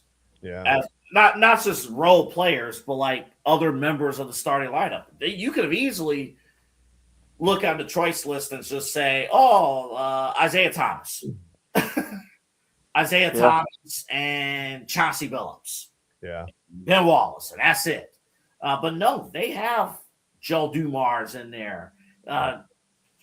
Chuck Daly. I know the Bulls have Phil Jackson too, but like again, Rip Hamilton, Bill Laimbeer, all these guys in there retired. The Bulls don't have that. It's literally just Michael Jordan, Scottie Pippen, and Derrick Rose. Yeah. So it's interesting. I mean, and that's where Eli, this gets into a lot of trouble because you don't want to put other Hall of Famers down. Yeah. You could easily do a tier list if you wanted to, but that would lead to another whole can of worms. It can be a slippery slope too. I mean, it really can, because if you retire Dennis Rodman's number, now you guys. I mean, and you talk about watching those teams live. Now you got to talk about Tony Kukoc. I mean, Tony Kukoc was an absolute monster in Chicago, and his impact was immediate, and it was evident right away. He was really, really good for the Bulls. He won the Sixth Man of the Year. I think he finished second another year. I think you've got to retire Tony Kukoc, and then where do you stop? Right? Like it's tough. Well, hold up, Chad. Let me ask you, where do you stop? Like, think back to that. Let's go back to the 90s. Let's dive in. Who should, if it was your call, who should have their jerseys retired? I mean, we're saying Dennis. Yeah, different guys just played. I mean, John Paxson was so instrumental in some of those championships, right? B.J. Armstrong was a great distributor. Craig Hodges was an excellent shooter. These guys, people say that Jordan didn't have what about Horace Grant, right? There was no supporting cast for Jordan. It was just all Jordan. Jordan dragged a bunch of bums. That is untrue. I mean, the Bulls had mega superstars. I mean, Horace Grant was amazing when he went to Orlando. I think he showed you what he could have been in Chicago without Jordan there, right? No fault to Jordan. Jordan was the clear guy back then. But Horace Grant was an amazing player. They had some really good centers. I don't think you could really make much of a case for Will Perdue, Bill Wennington, or Cartwright. I don't think, probably not retired number level of players, but I don't know. Would you make John Paxson hit a couple of pretty big shots for the Bulls down the stretch, and even in the finals, right, to win one year? I don't know. I mean, it's a tough call. I think that for me, it would be probably just Jordan, Pippen, Rodman. Did Horace Grant do enough there? He was there for the first championship run, and then he left. I think he kind of left a bad taste in people's mouth because he left. Maybe that's the reason he hasn't had his number retired by the Bulls. I don't know. To me, I guess, it's Jordan, Pippen, Horace Grant, Tony Kukoc, Dennis Rodman are the guys that are at that level from that run, from those 90s teams or whatever. And then John Paxson is really, really close right there, I think. Like I said, some of those guys were fan favorites. People loved B.J. Armstrong. Craig Hodges, I think, won a couple of three-point contests. He was a great shooter. But did they do enough? Did they make enough of an impact on the court and off the court, socially, whatever? So it's a tough one. I don't know. And it's tough. Yeah. Even I was just looking up the Cavs, right? That's a tough conversation too, because I mean, the 2016 championship team, LeBron's still playing, and we would,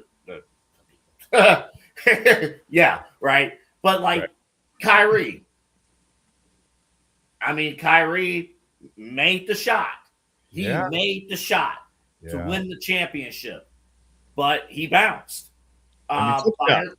Afterwards, that's tough. But you look at Kyrie too. He was also here. He was like the first star the Cavs could look at after LeBron James had left. But the Cavs are an absolute albatross during those seasons. It's not like just taking them to the second round of the playoffs. I mean, right now we're upset because they can't get out of the second round. It wasn't like this the first time LeBron left. It was awful here. Remember? That's fair. I'm just saying, as far as like, to Double A's point about he did leave, he wanted out, but also there was a lot of stuff that the Cavs trying to openly trade him, and he found out about that and felt some type of way, just like Darius Garland probably would have felt some type of way if he didn't get traded to LA and this didn't happen by the deadline. So I think just remembering, I don't know, I guess I just look at it differently too. At least me, it's like, what did you mean to the franchise? It doesn't necessarily always mean winning. It does help that they won an NBA championship. So Kyrie, in my eyes, if the Cavs don't retire his number, it would be insane because he hit the shot, and he also was there for somebody, at least some reason, to turn on Cavaliers basketball. Sure, they may have got smoked by 30 back then, but at least you could watch Kyrie do some highlight reel things. When he went to the Rising Stars Challenge on All-Star Weekend, you had somebody you could be like, this is our guy. Someone said in the comments the other night on our show he was the most skilled player in Cavs franchise history, and I thought about it for a while afterwards, and I thought maybe he's right. I mean, it was amazing to watch Kyrie handle the ball. I mean, my goodness, he can handle the basketball. But you look at Kyrie, and then I'm sure Double A, to your point, Kevin Love. Kevin Love also in that. I think the Cavs one's different. I think those three have to. I mean, LeBron, Kyrie, Kevin Love have to be retired by the Cavs when it's time, number wise. And I think the only other one you could argue is like I said, Tristan Thompson and maybe J.R. Smith, just for the impact he had on the city. You want to talk about impacts on the city in a short time. If you retire J.R. Smith's jersey, it's just a shirtless picture up there. There's no jersey. It's a bottle of Hennessy. It's a bottle of Hennessy. Yeah. You just hang up the frame. I got could it be a cup of soup? No, we can't do that. That's not fair. Yep. I mean, I would.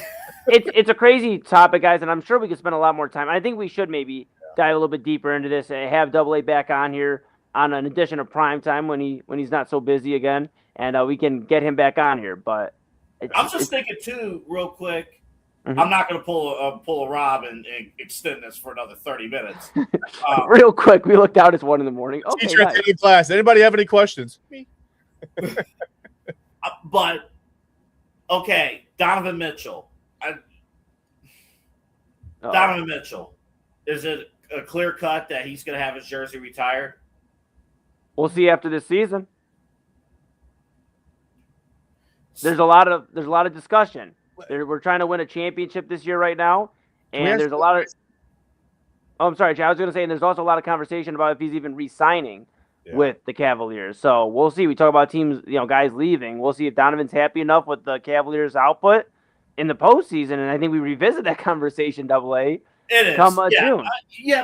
Because my last thought is to bring it back to the original topic of Dennis Rodman not having his jersey retired. I hate to do the comparison between Dennis Rodman's impact and leading to championships with the Bulls as a critical role player versus Derrick Rose, who only made the conference finals once with the Chicago Bulls, and he was loaded with injuries. But yes, he was the face of the Chicago Bulls franchise. So I don't want to push down Derrick Rose to prop up Dennis Rodman. Yeah. But that's the only conclusion I can come to. Yeah. It's a tough discussion. It's tough. It sure is. It sure is, fellas. And, that's what we're here for. We're here for the tough discussions here on the Inside Edge Network. And if you've tuned in so far, we are the Inside Edge Network, like I said, Inside Edge Prime Time here. Typically Chad, Bryan, and myself, but we were able to get our program director, Double A Anthony Alford, here on for the last, hour and a half or so, roughly. I'm going to kick it here to both of you.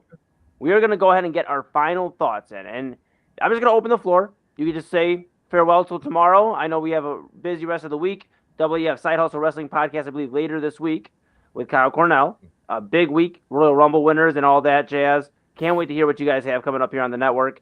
And I know we'll talk on main event. So we'll see. We'll hear from you throughout the week. Chad and I will be here all week on Prime Time. And then, of course, I'll join Double A Sunday for main event. And also, just for my conversation with Eli Moon fans out there, my apologies. Been a little hectic. I do have a guest for next week, however. Very, very exciting. DFG Soul. We have him rescheduled. He's a Christian artist, and we're going to talk about his story, his journey in music, and then some really, really exciting ones coming up. But I'm going to open the floor to you guys. Just anything, final thoughts. It could be about what we talked about, anything we may not have talked about, or just anything on your mind right now. I'll kick it to you first, Double A. Send it down the chat, and we'll bring it back to me, and we'll wrap this thing up.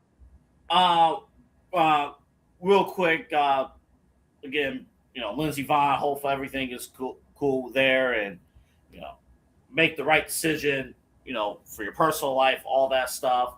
Little sidebar too, utterly sad story with Savannah Guthrie. Her mom is missing right now, and Savannah was supposed to work the Olympics for NBC, and obviously dealing with more important matters. So hopefully that has a positive ending to that story. So prayers there. To bring it back to the Cavs, just real quick, with James Harden, I hope he is motivated to make this work. This is not a universal situation where everybody likes James Harden coming in. I think the idea of trading Darius Garland was, okay, cool. But James Harden, what? And then I hate to say it, you could bring up, the last several elimination games in the playoffs, James Harden averaged only 13 points. He's been a no-show in critical moments in the playoffs. So he has to be, in this situation, motivated to play in a Eastern Conference where there is a clear-cut path, at least to the NBA Finals. But what I also hope happens here is that now you have another veteran in that locker room who's been there, done that, been around the league, and can bring mental toughness to a Cavaliers team that outside of Donovan Mitchell, they are sorely lacking. And I hope above, with nothing else, that happens. And we'll see where we can go. And hopefully when you guys are on the air tomorrow, there's another trade or two. And some big dude from Milwaukee is on the team now. I love it. Chad? Yeah, just a few things. Just another 45 minutes, and we'll get out of here. Okay, word. I'm kidding. Looking forward to the Super Bowl. Can't wait to watch the Seahawks play the Patriots. It's gonna be fun. Cool rematch. Not really a rematch because no one really is involved anymore. Except for old rich guys, but that's fine.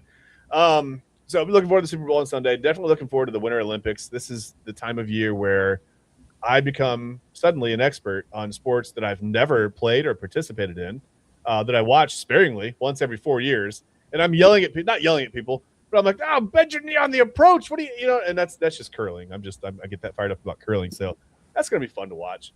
Definitely looking forward to, yeah, right. It looks like so much fun, but I promise you, I would hurt myself trying to play. There's no chance I'm a curler. Not a chance. I can't get into the position. I don't even know what that's called. I don't know whatever the people who the curling position, clearly. Yeah, the contortionist that I'm sure that is not what it's called. And somebody who's a big curling fan is gonna light up our comments section. Absolutely not. That's not what it's called. I think it's the contortionist. And then the other thing where you sweep the ice. Listen, I can clean, probably not that well if you ask my wife. But I tried ice skating once in my life.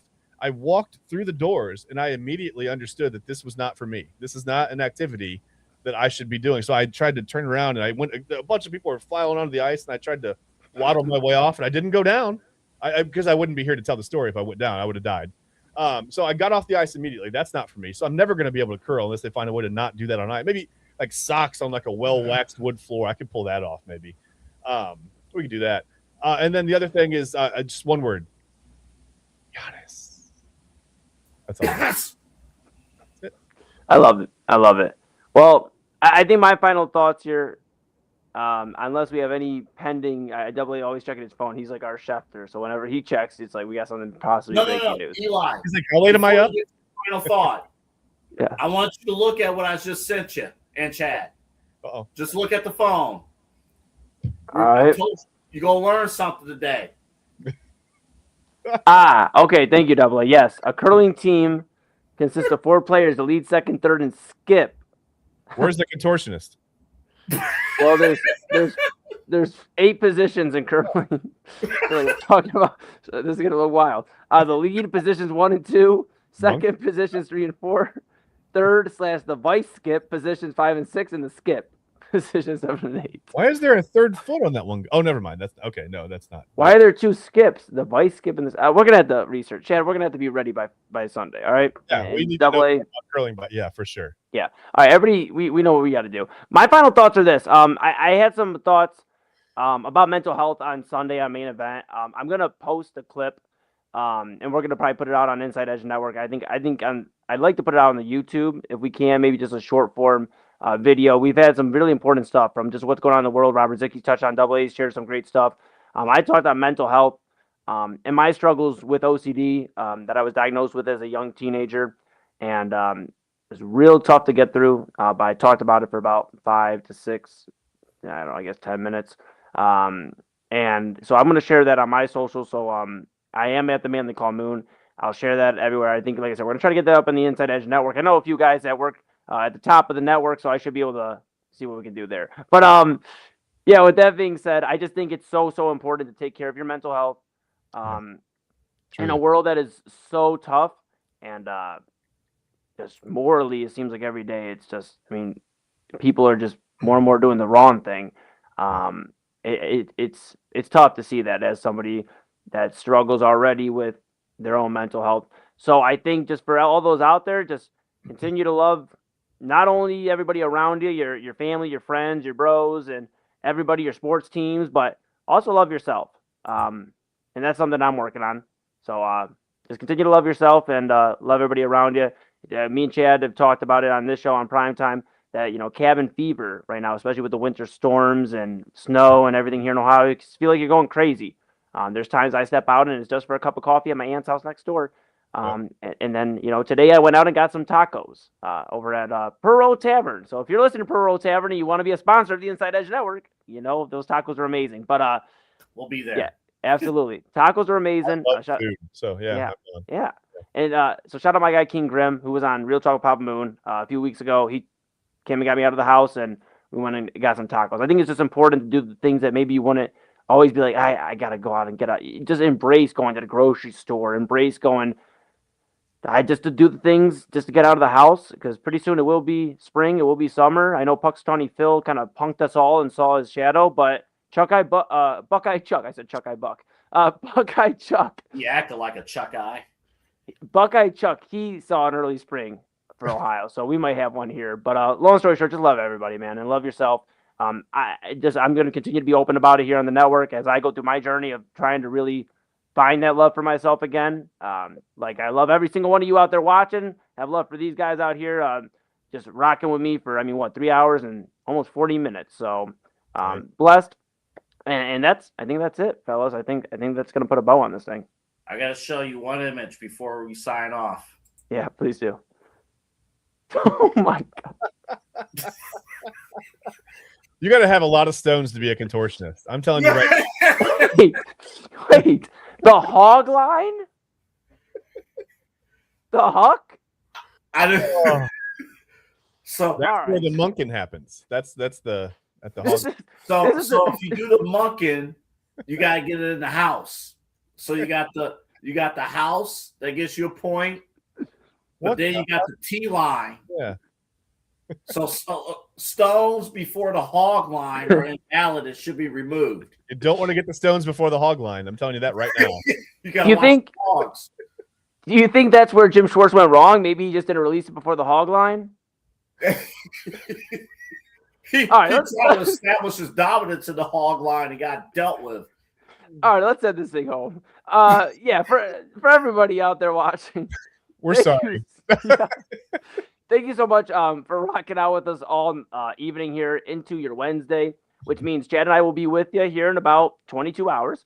And with that being said, thanks to Double A Anthony Alford, our program director for the Inside Edge Network, for joining us for the last hour and a half, going over, about 2 hours now, going over Cavs reaction with the trade with Harden, the Browns, and Todd Monken visiting and meeting the Cleveland media today, and just talking about what we talked about with Lindsey Vonn and jersey retirements and all that.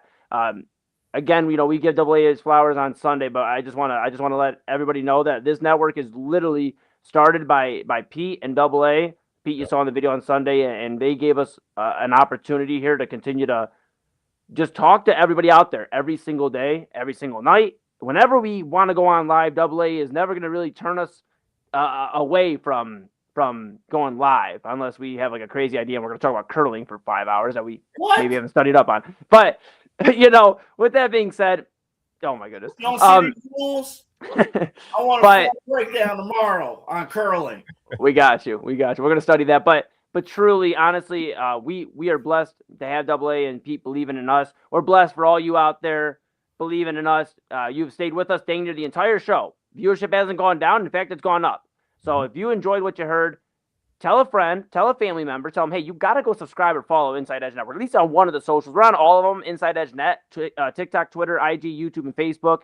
So just go ahead, whatever your favorite one is, we'll start with that for now, and we'll go from there. But lock in so that we can keep giving you the information and be your source for sports, entertainment, mental health, and everything in between. Got a lot of great stuff coming up, especially as the weather breaks. We are going to start stepping outside and meeting the community, not only here in Ohio, but maybe in a state near you, maybe soon in the future. So obviously we are continuing to grow. So we appreciate your support, and that's really all I got. So for AA Anthony Alford on my far right, your far left, for Chad Bryan in the middle, I am Eli Moon. This was a special edition of Inside Edge Primetime here on the Inside Edge Network.